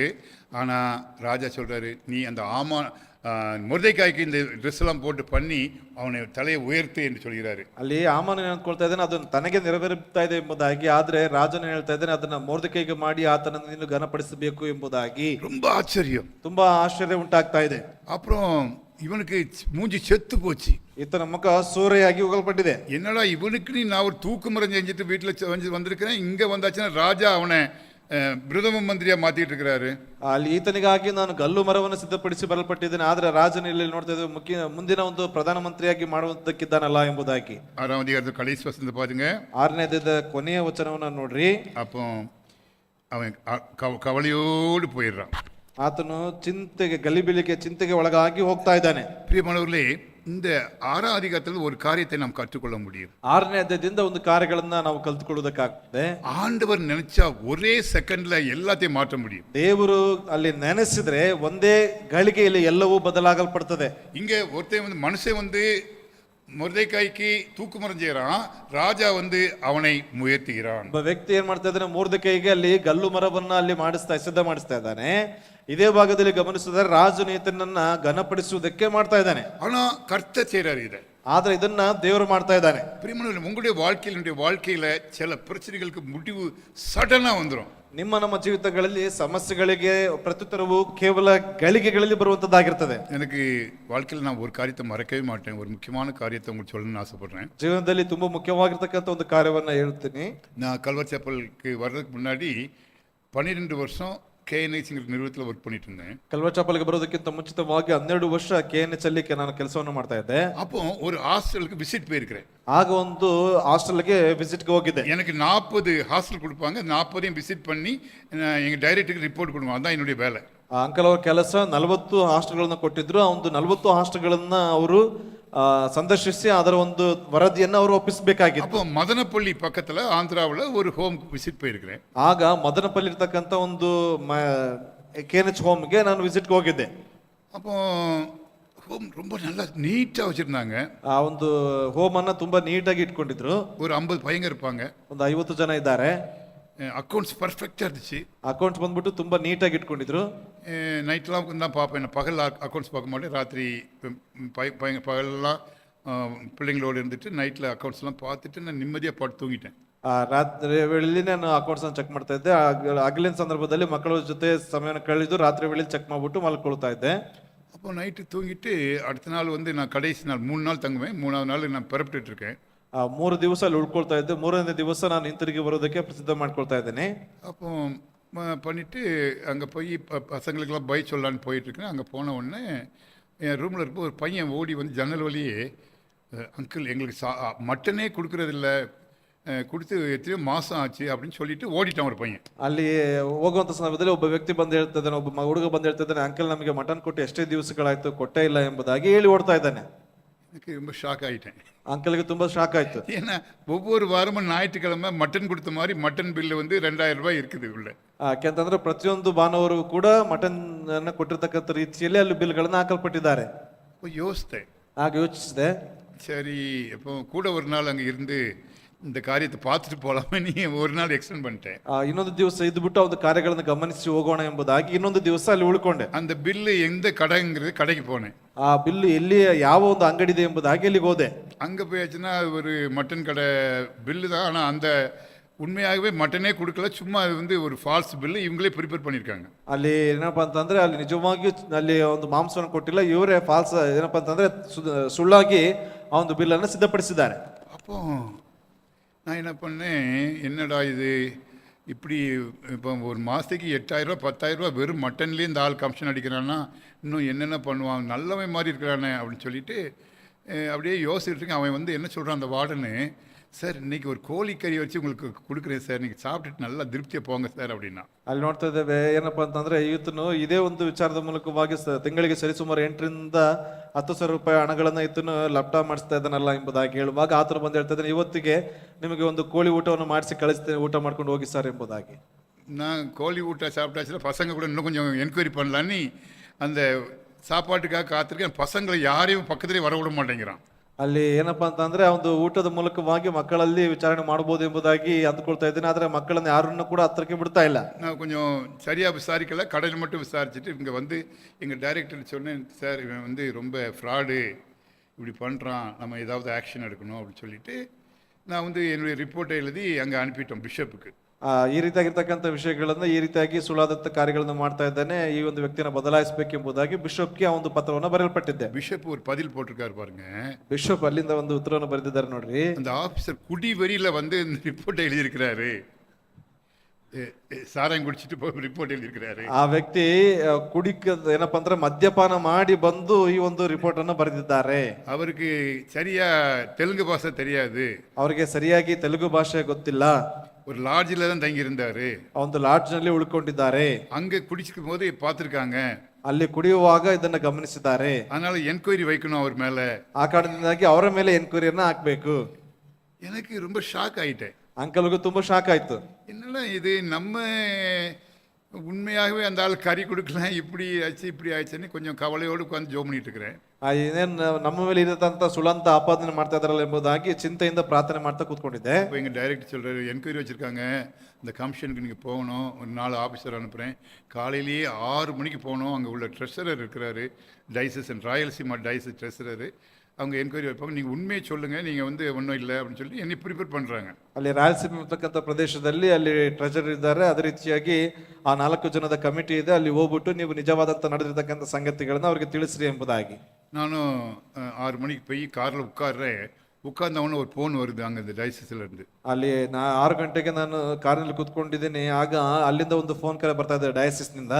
சார் அந்த ட்ரெஷரரு இன்னும் 4 பேர் எங்கேயோ வந்து வரும்போது கார் ஆக்சிடென்ட்ல செத்து போயிட்டாங்க. ಆ 4 ಜನರು ಅಲ್ಲಿ ಬರುವಂತ ಸಂದರ್ಭದಲ್ಲಿ ಅಪಘಾತದಿಂದ ಮರಣವನ್ನು ಹೊಂದಲ್ಪಟ್ಟಿದ್ದಾರೆ. என்கொயரி கிடையாது, ಎನ್ಕ್ವೈರಿ ಇಲ್ಲ, ಕ್ಯಾನ್ಸಲ್ ಆಗಿದೆ. எனக்கு ரொம்ப சந்தோஷமா இருந்துச்சு. ನನಗೆ ತುಂಬಾ ಸಂತೋಷ ಉಂಟಾಯಿತು. பிரியமானவர்களே, கர்த்தர் நமக்காக யுத்தம் பண்ணுவார். ದೇವರು ನಮಗಾಗಿ ಯುದ್ಧವನ್ನು ಮಾಡ್ತಾರೆ. இங்க அப்படித்தான் பார்க்கிறோம் நம்ம. ಇಲ್ಲಿ ಅದೇ ರೀತಿಯಾಗಿ ನಾವು ನೋಡ್ತಿದ್ದೀವಿ, கர்த்தர் யுத்தம் பண்றாரு, ದೇವರು ಯುದ್ಧವನ್ನು ಮಾಡ್ತಾರೆ. இவன் என்னென்னமோ பிளான் பண்ணி பெரிய தூக்கு மரத்தை தான் இங்க என்னடான்னா அவங்க கையாலேயே இவருக்கு தொப்பி வச்சு ರಾಜಾவுடைய குதிரையில் போறதுக்கு ராஜா அரேಂಜ್ பண்ணிட்டார். ಇಲ್ಲಿ ಆತನನ್ನ ಕೊಂದಾಕ್ಬೇಕೆಂಬುದಾಗಿ ಏನೆಲ್ಲಾ ಆಲೋಚನೆಗಳನ್ನ ಮಾಡ್ತಾ ಇದ್ದಾರೆ, ಆದ್ರೆ ಇವನ ಕೈ ಮೂಲಕವಾಗಿ ಆತನಿಗೆ ಶ್ರೇಷ್ಠ ವಸ್ತ್ರಗಳನ್ನ ಧರಿಸಿ ಒಂದು ಸನ್ಮಾನ ಮಾಡುವಂತ ಕಾರ್ಯಗಳು ನಡೆಯಲ್ಪಡ್ತಾ ಇದೆ. 7th அதிகாரத்துக்கு வாங்க. 7ನೇ ಅಧ್ಯಾಯಕ್ಕೆ ಬನ್ರಿ. 7th அதிகாரத்தில் ஒரு அருமையான ஒரு அதிகாரம். 7ನೇ ಅಧ್ಯಾಯ ಒಂದು ಅದ್ಭುತವಾದಂತ ಒಂದು ಅಧ್ಯಾಯ. இங்கு ஆமான் வீழ்ச்சி, ಮೊರ್ದೆಕಾಯ್ ಉಯರ್ವು. ಅಲ್ಲಿ ನೋಡ್ತಾ ಇದ್ದೇವೆ ಆಮಾನನ ಒಂದು ಬೀಳುವಿಕೆ ಮತ್ತು ಮೊರ್ದೆಕೈಯ ಒಂದು ಮೇಲುಗೈ ಎಂಬುದಾಗಿ. இங்க பாருங்க, நீங்க ஒரு காரியத்தை பார்க்க முடியும். ಇಲ್ಲಿ ಒಂದು ಕಾರ್ಯವನ್ನ ನಾವು ನೋಡೋದಕ್ಕಾಗ್ತದೆ. அப்போ 2ஆம் நாள் வந்து முதல் விருந்துல இவன் வந்து வந்துட்டு போயிட்டான். 2ஆம் நாள் விருந்துக்கு வரும்போது அப்போ வந்து சொல்றான், வந்து ராஜா இப்போ கேட்குறான், ராஜா கேட்குறான், ஏம்மா நான் முதல்ல சொன்ன போல என்னுடைய ப்ராமிஸை கீப் அப் பண்ணுமா, முதல் நாள் நீ சொல்லலை, உனக்கு என்னதான் வேணும் அப்படிங்கிற. ಅಲ್ಲಿ ನೋಡ್ತಾ ಇದ್ದೇವೆ, ಮೊದಲ ದಿವಸದ ಒಂದು ಔತಣಕೂಟ ಮುಗ್ದಿದೆ, ಆತನ ಅರಸನ ಕೇಳ್ತಾ ಇದ್ದಾನೆ, ಆಕ್ಚುಲಿ ನಾನು ಮಾಡಿರ್ತಕ್ಕಂಥ ಪ್ರಮಾಣವನ್ನು ನೆರವೇರಿಸಬೇಕು, ನಿನ್ನ ಒಂದು ಆಲೋಚನೆ ನಿನಗೆ ಏನ್ ಬೇಕು ಎಂಬುದಾಗಿ. உடனே அவ சொல்றா, நான் வந்து யூத கோத்திரத்தார். ತಕ್ಷಣವಾಗಿ ಆಕೆ ಹೇಳ್ತಾ ಇದ್ದಾಳೆ, ನಾನು ಯಹೂದ್ಯ ಜನಾಂಗದವಳು. உங்களை திங்க் பண்ணவே விடாம ஒருத்தன் வந்து அவசரப்பட்டு உங்கள்கிட்ட ஆர்டர் வாங்கி யூதர்கள் எல்லாம் கொலை பண்றதுக்கு கையெழுத்து வாங்கிட்டு போயிட்டான். ನಿಮಗೆ ಆಲೋಚನೆ ಮಾಡೋದಕ್ಕೆ ಬಿಡದೇನೆ ನಿಮ್ಮಿಂದ ಒಬ್ಬ ವ್ಯಕ್ತಿ ಬಂದ್ಬಿಟ್ಟು ಏನಪ್ಪಾ ಅಂತಂದ್ರೆ ಯಹೂದ್ಯರನ್ನೆಲ್ಲ ಕೊಂದು ಹಾಕ್ಬೇಕಿರ್ತಕ್ಕಂಥ ಒಂದು ಪತ್ರವನ್ನು ಬರೆಸ್ಕೊಂಡು ಹೋಗಿದ್ದಾನೆ. ஆகையினால அவனை நீங்க இந்த யூதர்களுக்கு விடுதலை கொடுக்கணும். ಆ ಕಾರಣದಿಂದಾಗಿ ಯಹೂದ್ಯರಿಗೆ ನೀವು ಒಂದು ಬಿಡುಗಡೆನ ಕೊಡಬೇಕು. உன்னை இவர் கேட்கறது யாரு அந்த அவ்வளவு பெரிய அத்தனை பேர் கொலை பண்றதுக்கு கையெழுத்து வாங்கிட்டு போனது யாருன்னு கேட்கிறாரு. ಅಷ್ಟು ಜನರನ್ನ ಆ ಒಂದು ಅಗೆಗಾರನು ಆ ಒಂದು ದುಷ್ಟನು ಯಾರು ಎಂಬುದಾಗಿ ಆತನು ಕೇಳ್ತಾ ಇದ್ದಾನೆ. இந்த வந்து நான் கூட சாப்பிட்டுக்கிட்டு இருக்கான்ல அவன் தான் ஆமான். ಅಲ್ಲಿ ಆಕೆ ಹೇಳ್ತಾ ಇದ್ದಾಳೆ, ನಮ್ಮ ಜೊತೆಲಿ ಕೂತು ಊಟ ಮಾಡ್ತಾ ಇದ್ದಾನಲ್ವಾ ಈತನೇ ಆಮಾನನು ಎಂಬುದಾಗಿ. அவங்க நல்ல கார்டன்ல உட்கார்ந்து சாப்பிட்டுக்கிட்டு இருக்காங்க. ಒಂದು ಒಳ್ಳೆಯ ಒಂದು ತೋಟದಲ್ಲಿ ಕೂತು ಊಟ ಮಾಡ್ತಾ ಇದ್ದಾರೆ. இது ஆமானுக்கு தெரிஞ்ச உடனே என்ன பண்றான், ஆமான் ஓடி போய் எஸ்தர் ராணியுடைய ரூம்குள்ள போயிடுறான். ಅಲ್ಲಿ ಆಮಾನ್ ಏನ್ ಮಾಡ್ತಾ ಇದ್ದಾರೆ ಗೊತ್ತಾದ ನಂತರದಲ್ಲಿ ವೇಗವಾಗಿ ಹೋಗಿ ಎಸ್ತೇರಳ ಒಂದು ಕೋಣೆಯಲ್ಲಿ ಅವಿತ್ಕೊಳ್ತಾ ಇದ್ದಾನೆ. அந்த அம்மா காலில் விழுந்து கும்பிட்டு மன்னிப்பு கேட்கணும்னு ஓடுறான். ಆಕೆ ಒಂದು ಕಾಲಿಗೆ ಬಿದ್ದು ಕ್ಷಮಾಪಣೆಯನ್ನು ಕೇಳಬೇಕೆಂಬುದಾಗಿ ನೋಡ್ತಾ ಇದ್ದಾನೆ. அந்த அம்மா பிந்தி வராங்க, இவன் வந்து அங்க உள்ள ரூம் உள்ள கிடக்குறான், படுத்து கிடக்குறான். ಅಲ್ಲಿ ಈತನು ಆಕೆ ಇಂತ ಸ್ವಲ್ಪ ಸಮಯದ ನಂತರ ಬರ್ತಾ ಇದ್ದಾಳೆ. ಈತನ ಆ ಒಂದು ಕೋಣೆಯಲ್ಲಿ ಅವಿತ್ಕೊಳ್ಳಲ್ಪಟ್ಟಿದ್ದಾನೆ. ராஜாவுக்கு இது தெரிய வருது. ರಾಜನಿಗೆ ಇದು ಗೊತ್ತಾಗ್ತಾ ಇದೆ. ராஜாத்தி ரூமுக்குள்ள நீ ஏன்டா போன, ರಾಣಿಯ ಕೋಣೆಗೆ ನೀನು ಏನಕ್ಕೆ ಹೋದೆ, என் முன்னாடியே போய் என் முன்னாடியே அவளை நீ வந்து பலாத்காரம் பண்ணலாம்னு நினைச்சியா, ನನ್ನ ಮುಂದೆ ಹೋಗ್ಬಿಟ್ಟು ಆಕೆನ ಬಲಾತ್ಕಾರ ಮಾಡಬೇಕು ಭಂಗಪಡಿಸಬೇಕು ಎಂಬುದಾಗಿ ಅಂದ್ಕೊಂಡಿದೀಯಾ, அதனால உன்னையே தூக்குல போடணும், ಆ ಕಾರಣದಿಂದಾಗಿ ನಿನ್ನ ಮರಣ ದಂಡನೆಗೆ ಗಲ್ಲಿಗೆ ವಿಧಿಸಬೇಕು அப்படின்னு தூக்கு தண்டனை கொடுத்துறாங்க. ಆ ರೀತಿಯಾಗಿ ಗಲ್ಲಿನ ಕಂಬಕ್ಕೆ ಅದನ್ನು ಒಪ್ಪಿಸಿಕೊಡ್ತಾ ಇದ್ದಾರೆ. அவன் எந்த தூக்கு மரத்தை செஞ்சானோ அதே மரத்துல ಮೊರ್ದೆಕಾಯಿಗೆ ಚೆಂದ ಮರத்துல ಆಮಾನ್ ತೂಕಿಲಿಡப்படுகிறான். ಮೊರ್ದೆಕೈಗೆ ಮಾಡಿರ್ತಕ್ಕಂಥ ಒಂದು ಗಲ್ಲು ಮರದ ಆ ಒಂದು ಭಾಗಕ್ಕೆ ಈತನನ್ನ ಅಲ್ಲಿ ನೇತು ಹಾಕಲ್ಪಡ್ತಾ ಇದ್ದಾರೆ. 7ನೇ சில வசனங்கள் படிங்க. 7ನೇ ಅಧ್ಯಾಯದಲ್ಲಿ ಕೆಲವು ವಚನಗಳನ್ನು ಓದಿಕೊಳ್ಳೋಣ. 4வது வசனம் படிங்க. 4ನೇ ವಚನ. எங்களை அழித்து கொன்று நிர்மூலமாக்கும்படி நானும் என் ஜனங்களும் விற்கப்பட்டும் அடிமைகளாகவும் வெள்ளாட்டிகளாகவும் விற்கப்பட்டு போனாலும் நான் மௌனமாயிருப்பேன். இப்பொழுதோ ராஜாவுக்கு உண்டாகும் நஷ்டத்துக்கு அந்த சத்துரு உத்தரவாதம் பண்ண முடியாது என்றாள். ನಮ್ಮನ್ನ ಕೊಂದು ಸಂಹರಿಸಿ ನಿರ್ನಾಮಗೊಳಿಸುವ ಹಾಗೆ ನಾವು ಮಾರಲ್ಪಟ್ಟೆವು. ದಾಸದಾಸಿಯರಾಗುವುದಕ್ಕೆ ಮಾರಲ್ಪಟ್ಟಿದ್ದರೆ ಆ ಕಷ್ಟದ ವಿಷಯದಲ್ಲಿ ರಾಜನನ್ನ ತೊಂದರೆ ಪಡಿಸುವುದು ಯೋಗ್ಯವಿಲ್ಲವೆಂದು ಸುಮ್ಮನಿರುತ್ತಿದ್ದೆನು ಎಂದು ಉತ್ತರ ಕೊಟ್ಟನು. அவர் ரெக்யூஸ் பண்றாங்க. ಅಲ್ಲಿ ಒಂದು ರೀತಿಯಾದಂತ ಒಂದು ಭಿನ್ನವನ್ನ ಮಾಡ್ತಾ ಇದ್ದಾರೆ. உடனே ராஜாவுக்கு கோபம் வந்துருது. ತಕ್ಷಣವಾಗಿ ರಾಜನಿಗೆ ಕೋಪ ಬರ್ತಾ ಇದೆ. இங்க யாரு அந்த ஆமான் அவன் தேடுறான். ಇಲ್ಲಿ ಎಲ್ಲಿ ಆತನು ಆಮನನು ಎಂಬುದಾಗಿ ಹುಡುಕ್ತಾ ಇದ್ದಾನೆ. 8வது வசனம் படிங்க. 8ನೇ ವಚನ ಓದ್ರಿ. ராஜா அரண்மனை தோட்டத்திலிருந்து திராட்சரசம் பரிமாறப்பட்ட இடத்துக்கு திரும்பி வருகையில் எஸ்தர் உட்கார்ந்திருக்கிற மெத்தையின் மேல் ஆமான் விழுந்து கிடந்தான். அப்பொழுது ராஜா, நான் அரண்மனையில் இருக்கும்போதே என் கண் முன்னே இவன் ராஜாத்தியை பலவந்தம் செய்ய வேண்டும் என்றிருக்கிறானோ என்றான். இந்த வார்த்தை ராஜாவின் வாயிலிருந்து பிறந்தவுடனே ஆமானின் முகத்தை மூடி போட்டார்கள். ಅರಸನು ಅರಮನೆಯ ತೋಟದಿಂದ ತಾನು ದ್ರಾಕ್ಷರಸ ಪಾನ ಮಾಡಿದ ಗೃಹಕ್ಕೆ ತಿರುಗಿ ಬಂದು ಎಸ್ತೇರಳು ಒರಗಿಕೊಳ್ಳುವ ಲೋಡಿನ ಮೇಲೆ ಆಮಾನನು ಬಿದ್ದುಕೊಂಡಿರುವುದನ್ನು ಕಂಡು, ಇವನು ರಾಣಿಯನ್ನ ನನ್ನ ಮುಂದೆಯೇ ಅರಮನೆಯಲ್ಲಿ ಭಂಗಪಡಿಸಲು ಬೇಕೆಂದಿರುತ್ತಾನೋ ಅಂದನು. ಅರಸನ ಬಾಯಿಯಿಂದ ಈ ಮಾತು ಹೊರಟ ಕೂಡಲೇ ಸೇವಕರು ಆಮಾನನ ಮೋರೆಗೆ ಮುಸುಕು ಹಾಕಿದರು. அப்புறம் பாருங்க 10வது வசனம் படிங்க. அப்படியே ஆமான் மொர்தெகாய்க்கு ஆயத்தம் பண்ணின தூக்கு மரத்தில் ஆமானையே தூக்கி போட்டார்கள். அப்பொழுது ராஜாவின் உக்கிரம் தணிந்தது. ಆಮಾನನು ಮೊರ್ದೆಕೈಗೋಸ್ಕರ ಸಿದ್ಧ ಮಾಡಿದ್ದ ಗಲ್ಲಿಗೆ ಹಾಕಿದರು. ಅರಸನ ಕೋಪವು ಶಾಂತವಾಯಿತು. பிரியமானவர்களே, ராஜாவுக்கு விரோதமாக எழும்பிய ஆமான் அங்கு தூக்கிலிடப்படுகிறான். ಅಲ್ಲಿ ರಾಜನಿಗೆ ವಿರುದ್ಧವಾಗಿ ಎಬ್ಬಿಸಲ್ಪಟ್ಟಿರ್ತಕ್ಕಂಥ ಆಮಾನನು ಅಲ್ಲಿ ಗಲ್ಲಿಗೆ ಆತನು ಒಳಪಡ್ತಾ ಇದ್ದಾನೆ. அப்புறம் நீங்க இந்த 8, 9, 10 இந்த 3 அதிகாரங்களை படித்தீங்கன்னா, ಅದಾದ ನಂತರದಲ್ಲಿ 8, 9, 10ನೇ ಅಧ್ಯಾಯವನ್ನ ನೀವು ಧ್ಯಾನಿಸಿದ್ರೆ அதுல 3 அதிகாரத்திலும் ஒரே காரியம் தான் போடப்பட்டிருக்கும். ಆ 3 ಅಧ್ಯಾಯಗಳಲ್ಲಿ ಸಾಧಾರಣವಾಗಿ ಒಂದೇ ವಿಷಯದ ಕುರಿತಾಗಿ ಬರೆಯಲ್ಪಟ್ಟಿದೆ. யூதர்கள் சந்தோஷப்படுறாங்க, ಅಲ್ಲಿ ಯಹೂದ್ಯರು ಅಲ್ಲಿ ನೋಡ್ತಾ ಇದ್ದೇವೆ ಮಹಾ ಸಂತೋಷವನ್ನು ಉಂಟು ಮಾಡ್ತಾ ಇದ್ದಾರೆ, கொண்டாடுறாங்க, ಕೊಂಡಾಡ್ತಾ ಇದ್ದಾರೆ. விடுதலை வருது அவங்களுக்கு. ಅವರಿಗೆ ಬಿಡುಗಡೆ ಉಂಟಾಗ್ತಾ ಇದೆ. 8வது அதிகாரத்தை பாருங்க. எட்டாம் அதிகாரம் 8ನೇ ಅಧ್ಯಾಯದಲ್ಲಿ ನೋಡ್ರಿ கடைசி 16-17 வசனம் படிங்க. 16-17ನೇ ವಚನವನ್ನು ನೋಡ್ರಿ. 8. இவ்விதமாய் யூதருக்கு வெளிச்சமும் மகிழ்ச்சியும் களிப்பும் கனமும் உண்டாயிற்று. 8. ಅಲ್ಲಿನ ಯಹೂದ್ಯರು ಸಂತೋಷ, ಹರ್ಷ, ಪ್ರಭಾವ, ತೇಜಸ್ಸು ಉಳ್ಳವರಾದರು. ರಾಜ ನಿರ್ಣಯ ಶಾಸನಗಳು ಪ್ರಕಟಿಸಲ್ಪಟ್ಟ ಪ್ರತಿಯೊಂದು ಸಂಸ್ಥಾನದಲ್ಲಿ ಪಟ್ಟಣದಲ್ಲಿ ಇದ್ದ ಯಹೂದ್ಯರಿಗೆ ಶುಭದಿನ ಉಂಟಾಯಿತು. ಅವರು ಸಂತೋಷದಿಂದಲೂ ಉಲ್ಲಾಸದಿಂದಲೂ ಭಕ್ಷ್ಯ ಭೋಜನಗಳನ್ನು ಮಾಡಿದರು. ದೇಶದ ಜನರಲ್ಲಿ ಅನೇಕರು ಯಹೂದ್ಯರಿಗೆ ಭಯಪಟ್ಟು ಅವರ ಮತಕ್ಕೆ ಸೇರಿದರು. அப்படியே டேர்ன் ஆயிட்டு ಅಲ್ಲೆಲ್ಲವೂ ಬದಲಾಗಿದೆ. மக்கள்லாம் யூதர்களுக்கு பயப்படுறாங்க. ಅಲ್ಲಿರ್ತಕ್ಕಂಥ ಜನಗಳೆಲ್ಲ ಯಹೂದ್ಯರಿಗೆ ಭಯಪಡ್ತಾ ಇದ್ದಾರೆ. எல்லாரும் யூதர்களுக்கெல்லாம் விடுதலை கிடைக்குது. ಎಲ್ಲ ಯಹೂದ್ಯರಿಗೆ ಅಲ್ಲಿ ಬಿಡುಗಡೆ ಸಿಗ್ತಾ ಇದೆ. இந்த 8ம் அதிகாரம் முழுவதும் அந்த விடுதலையை பற்றியே போடப்பட்டிருக்கு ಈ பாருங்க. 8ನೇದು ಸಂಪೂರ್ಣವಾಗಿ ಬಿಡುಗಡೆಯ ಕುರಿತಾಗಿ ಅಲ್ಲಿ ಬರೆಯಲ್ಪಟ್ಟಿದೆ. தொடர்ந்து 9ம் அதிகாரம் விடுதலை பற்றி தான் போடப்பட்டிருக்கு. ಅಲ್ಲಿ 9ನೇ ಅಧ್ಯಾಯವು ಕೂಡ ಬಿಡುಗಡೆಯ ಕುರಿತಾಗಿನೇ ಅಲ್ಲಿ ಬರೆಯಲ್ಪಟ್ಟಿದೆ. அதுல பெயர்கள் போடப்பட்டிருக்குது. ಅದರಲ್ಲಿ ಹೆಸರುಗಳು ಕೂಡ ಬರೆಯಲ್ಪಟ್ಟಿದೆ. அவர் முக்கியமான ஒரு வசனம் 22ஆம் வசனம். ಅದರಲ್ಲಿ ಮುಖ್ಯವಾದಂತ ಒಂದು ವಚನ 22. அந்நாட்களில் விருந்துண்டு சந்தோஷம் கொண்டாடவும் ஒருவருக்கொருவர் வரிசைகளை அனுப்பவும் எளியவர்களுக்கு தானம் தர்மம் செய்யவும் வேண்டும் என்று திட்டம் பண்ணினான். ಆ ದಿನಗಳಲ್ಲಿ ಯಹೂದ್ಯರಿಗೆ ಶತ್ರುಪೀಡೆ ತಪ್ಪಿ ವಿಶ್ರಾಂತಿ ಉಂಟಾಯಿತು. ಆ ತಿಂಗಳಿನಲ್ಲಿ ಸಂತಾಪವು ಪರಿಹಾರವಾಗಿ ಅವರಿಗೆ ಸಂತೋಷ ಉಂಟಾಯಿತು. ದುಃಖವು ಹೋಗಿ ಸುಖಕಾಲವು ಬಂತು. ಆದುದರಿಂದ ಅವರು ಆ ದಿನಗಳಲ್ಲಿ ಉತ್ಸಾಹ ಭೋಜನ ಮಾಡಿ ಒಬ್ಬರಿಗೊಬ್ಬರು ಭೋಜನ ಭಾಗಗಳನ್ನು ಕಳುಹಿಸಿ ಬಡವರಿಗೆ ದಾನ ಧರ್ಮ ಮಾಡಬೇಕು. பிரியமானவர்களே, ஒரு அருமையான வசனம் இது. ಪ್ರಿಯವಾದವರೇ, ಅದ್ಭುತವಾದಂತ ಒಂದು ವಿಷಯ. விருந்து விருந்து விருந்து மட்டும் இல்ல, அந்த விருந்தோடு கூட எது நடக்கு பாருங்க. இங்க ಅಲ್ಲಿ ಉತ್ಸವ ಭೋಜನದೊಡನೆ ಏನ್ ನಡೀತಾ ಇದೆ ಅಲ್ಲಿ ಗಮನಿಸ್ರಿ. ஒருத்தருக்கு ஒருத்தர் பரிசுகளை அனுப்புகிறார்கள். ಅಲ್ಲಿ ಒಬ್ಬರಿಗೊಬ್ಬರು ಅಲ್ಲಿ ಉಡುಗೊರೆಗಳನ್ನು ಕಳಿಸ್ತಾ ಇದ್ದಾರೆ. எளியவர்களுக்கு தான தர்மம் பண்றாங்க. ಅಲ್ಲಿ ಬಡವರಿಗೆ ದಾನ ಧರ್ಮಗಳನ್ನ ಮಾಡ್ತಾ ಇದ್ದಾರೆ. இந்த தொடக்கத்துல எப்படி இருந்துச்சு? ಅಲ್ಲಿ ಪ್ರಾರಂಭದಲ್ಲಿ ಹೇಗಿತ್ತು? ராஜா எப்படி விருந்து கொடுத்தாரு? ರಾಜನು ಹೇಗೆ ಬಿರುದು ಕೊಟ್ಟ, ಅಲ್ಲಿ ಔತಣವನ್ನು ಕೊಟ್ಟ?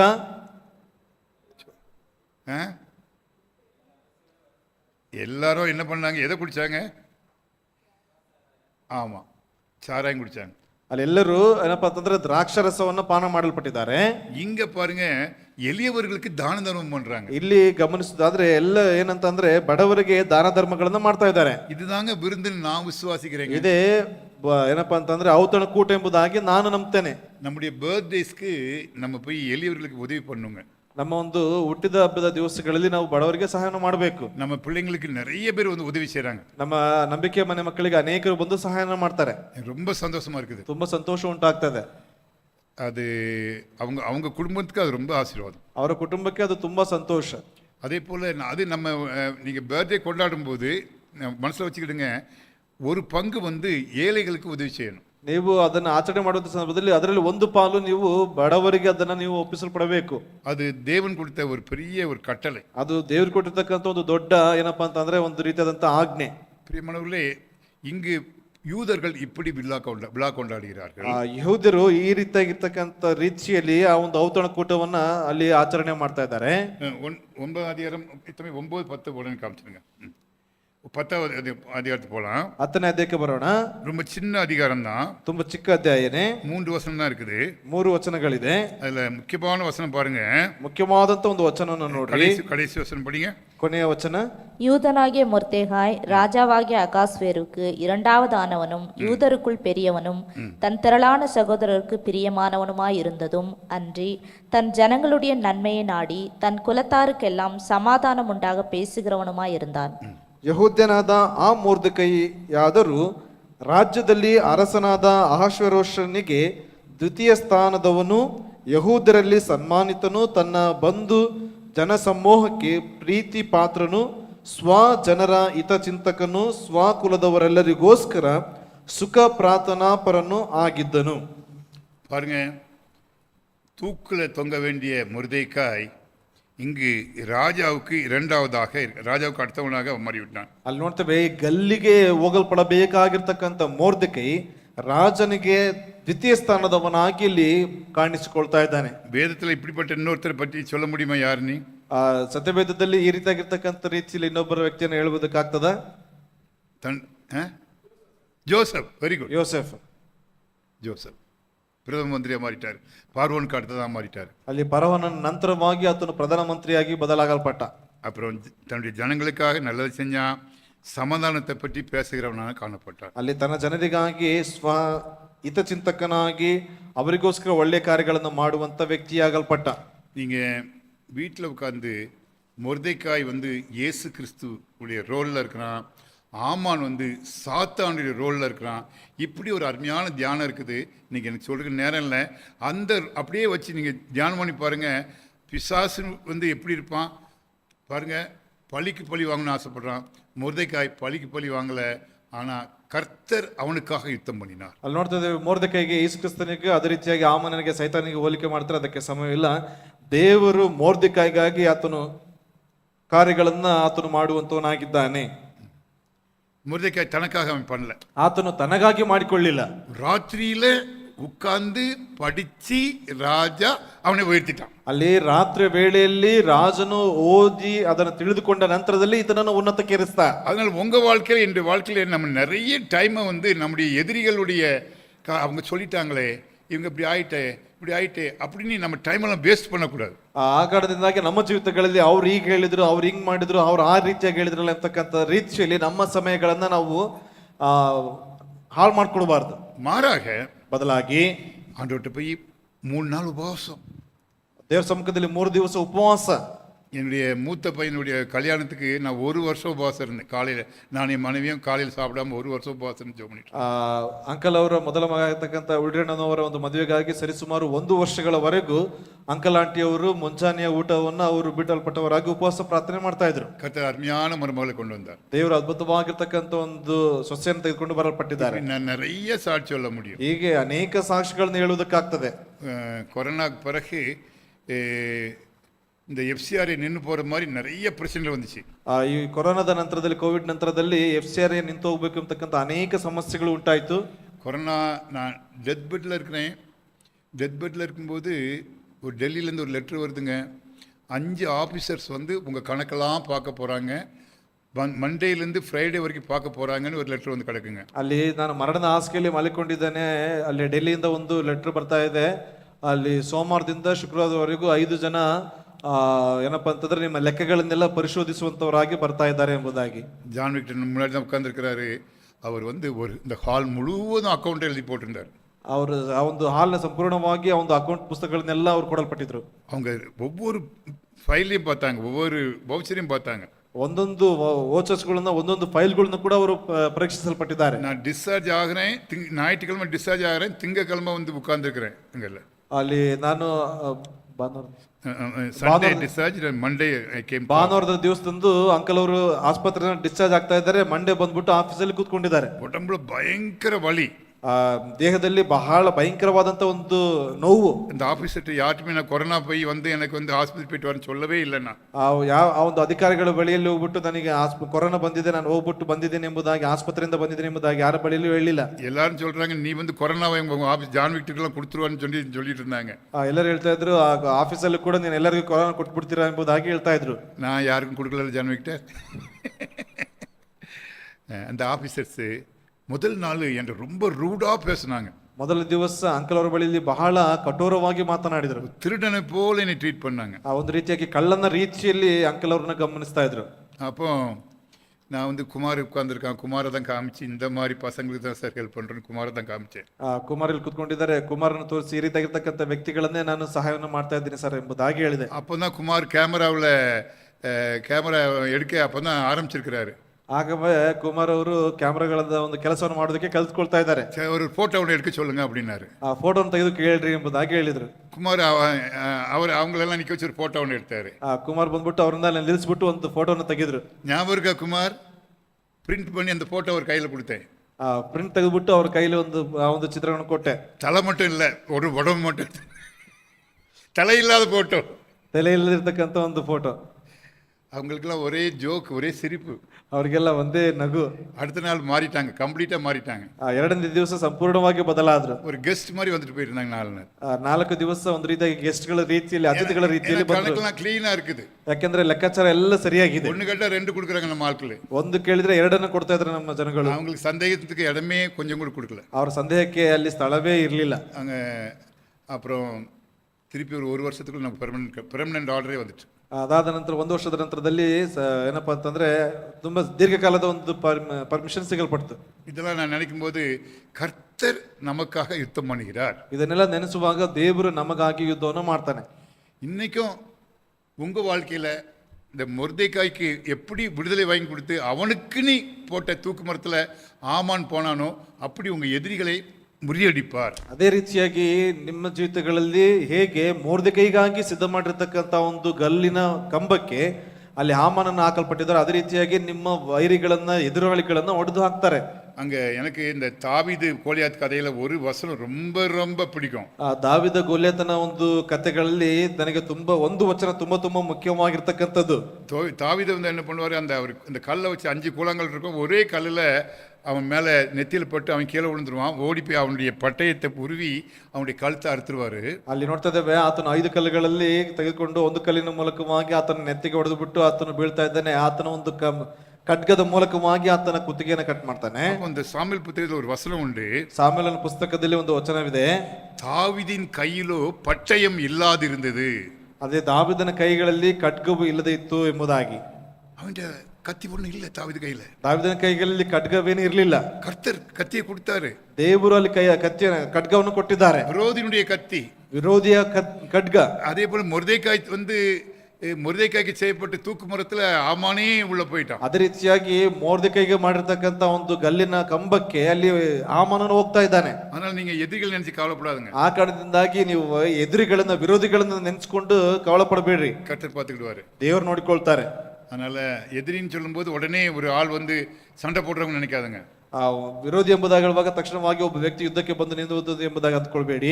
ಅವಿಶ್ವಾಸಂ ஒரு எதிரியாக இருக்கலாம். ನಿಮ್ಮ ಒಂದು ರೀತಿಯಾದಂತ ಅಪನಂಬಿಕೆ ಒಂದು ರೀತಿಯಾಗಿ ವಿರೋಧಿಯಾಗಿರ್ಬೋದು. நாளைக்கு ಫೀಸ್ ಕಟ್ಟೋ ಪಣ இருக்காது, ಅದು ஒரு எதிரியாக இருக்கலாம். ನಾಳಿನ ದಿವಸಕ್ಕೆ ಫೀಸ್ ಕಟ್ಟುವುದಕ್ಕೆ ಹಣವಿರುವುದಿಲ್ಲ, ಅದು ಒಂದು ವಿಧವಾಗಿರ್ತಕ್ಕಂಥ ವಿರೋಧಿಯಾಗಿರ್ಬೋದು. உங்களுக்கு விரோதமாக நீ நல்லது செஞ்சாலும் ಕೆಟ್ಟದೇ பேசிட்டு இருப்பாங்க. ನೀವು ಒಳ್ಳೆದನ್ನು ಮಾಡಿದ್ರು ಕೂಡ ನಿಮ್ಮ ವಿರುದ್ಧವಾಗಿ ಕೆಟ್ಟದನ್ನ ಮಾತಾಡ್ತಾ ಇರ್ತಾರೆ, ಅದು ಒಂದು ವಿರೋಧಿ. இப்படி நிறைய இருக்கலாம். ಈ ರೀತಿಯಾಗಿ ಅನೇಕ ಇರಬಹುದು. ஆனா ஆண்டவர்ட்ட கையில கொடுங்க, ಆದ್ರೆ ದೇವರ ಕೈಗಳಲ್ಲಿ ಒಪ್ಪಿಸಿಕೊಡ್ರಿ, ஆண்டவர் பார்த்துக்கிடுவார். ದೇವರು ನೋಡಿಕೊಳ್ತಾರೆ. இந்த நான் செத்தாலும் சாகிறேன் எஸ்தருடைய ஸ்டேட்மெண்ட். ಇಲ್ಲಿ ಎಸ್ತೇರಳ ಒಂದು ಏನಪ್ಪಾ ಅಂದ್ರೆ ವಾಕ್ಯನ ಸತ್ತರೆ ಸಾಯುವೆನು, அப்படி ஒரு ಸ್ಟೇಟ್ಮೆಂಟ್ ನೀವು ಅಡಿಕಡಿ ಯೋಚಿங்க, ಕರ್ತರ್ ಉங்களை ಉಯರ್த்துவார். ಆ ರೀತಿಯಾದಂತ ಒಂದು ವಾಕ್ಯನವನ್ನು ನೀವು ಆಗಾಗ ನೆನಪು ಮಾಡಿಕೊಳ್ರಿ, ದೇವರು ನಿಮ್ಮನ್ನು ಉನ್ನತಕ್ಕೆ ಏರಿಸಲ್ಪಡ್ತಾನೆ. நான் இன்னைக்கு ரொம்ப நேரம் பேசிட்டேன். ಇವತ್ತು ತುಂಬಾ ಅಧಿಕವಾಗಿ ಮಾತನಾಡಿದೆ. ஏன் ரொம்ப நேரம் பேசிட்டேன் யாராவது சொல்ல முடியுமா? ಯಾಕೆ ಅಧಿಕವಾಗಿ ಮಾತನಾಡಿದೆ ಹೇಳೋದಕ್ಕಾಗ್ತದ? கடைசியா ಸೆಕೆಂಡ್ ಸೆಷನ್ ಇಲ್ಲ, செகண்ட் செஷன் இல்ல. உங்களுக்கு லீவு இன்னைக்கு. ஸ்கூல்லன்னா லீவுன்னு என்ன பண்ணுவாங்க பசங்களாம்? ಬ್ಯಾಗ್ ತೂಕಿ போட்டு, ஏய் துளசி, லீவுன்னு வாத்தியார் வந்து முன்னாடி நின்று லீவுன்னு சொன்ன உடனே பசங்களை என்ன பண்ணுவாங்க? ಖುಷಿ ಆಗುತ್ತೆ, குஷி ஆகிடுவாங்க. சரி, இப்போ கடைசியாக ஒரு கொஸ்டின். முதல்ல நீ வரும்போது அந்த கொஸ்டின் இல்லை, இப்போ கடைசியாக கொஸ்டின். ஏன் நிறைய பேருக்கு பேர் வைக்கிறாங்க? ஏல ஆரம்பிக்கிற பேர், ಏ ಅಕ್ಷರದಿಂದ ಯಾಕೆ? அங்கே கேட்க ஜான்விக்கிட்ட கேட்குறாரு உடனே, பாருப்பா ஏன் யூனி பேர் வைக்கிறாங்க? ಯಾಕೆ ಯು ಹೆಸರಿಂದ ಪ್ರಾರಂಭ ಇಕ್ತಾರೆ? உன் பேர் என்ன? நீ லாஸ்ட் உதயகுமார். துளசிக்கு பேர் உதயகுமார், உள்ரிக்கு பேர் யூ. நீங்க 2 பேரும் லாஸ்ட் ரோல்ல உட்காந்துருந்தீங்களா? அதான் ஃப்ரெண்ட்ஸ் ஆகிட்டீங்களா? சரி, ஜெபிக்கலாம். அன்புள்ள ஆண்டவரே, இந்த அருமையான மாலை வேலைக்காக துதிக்கிறோம், ஸ்தோத்தரிக்கிறோம். ஆண்டவரே, ஒரு எஸ்தரை போல ஆண்டவரே திட்டனான ஒரு வாழ்க்கை, ஸ்ட்ராங்காக வாழ்க்கை, செத்தாலும் சாகிறேன். சாவுக்கு பயப்படாம கர்த்தருடைய வேலைக்காக காத்திருந்து பெரிய ரட்சிப்பை வாங்கி கொடுத்தாங்க ஆண்டவரே. மொர்தெகாய் அவன் உண்மை உள்ளவனாக இருந்தான், அதனால அவனை தேச 2வதாக உயர்த்தினீர் என்று வேதத்தில் படிக்கிறோம். அப்படிப்பட்ட மொர்தெகாய்களை எங்களுக்கு நிறைய பேர் எழுப்பி கொடும், எஸ்தர்களை எழுப்பி கொடும், நீர் மயப்படும். இயேசு கிறிஸ்து முழுக்க கிறிஸ்தாவை பண்ணேன். ஆமீன், ஆமீன். இன்னைக்கு 2வது செஷனில் உங்களுக்கெல்லாம் லீவு. துளசி சொன்னது மாதிரி குஷி அப்படிங்க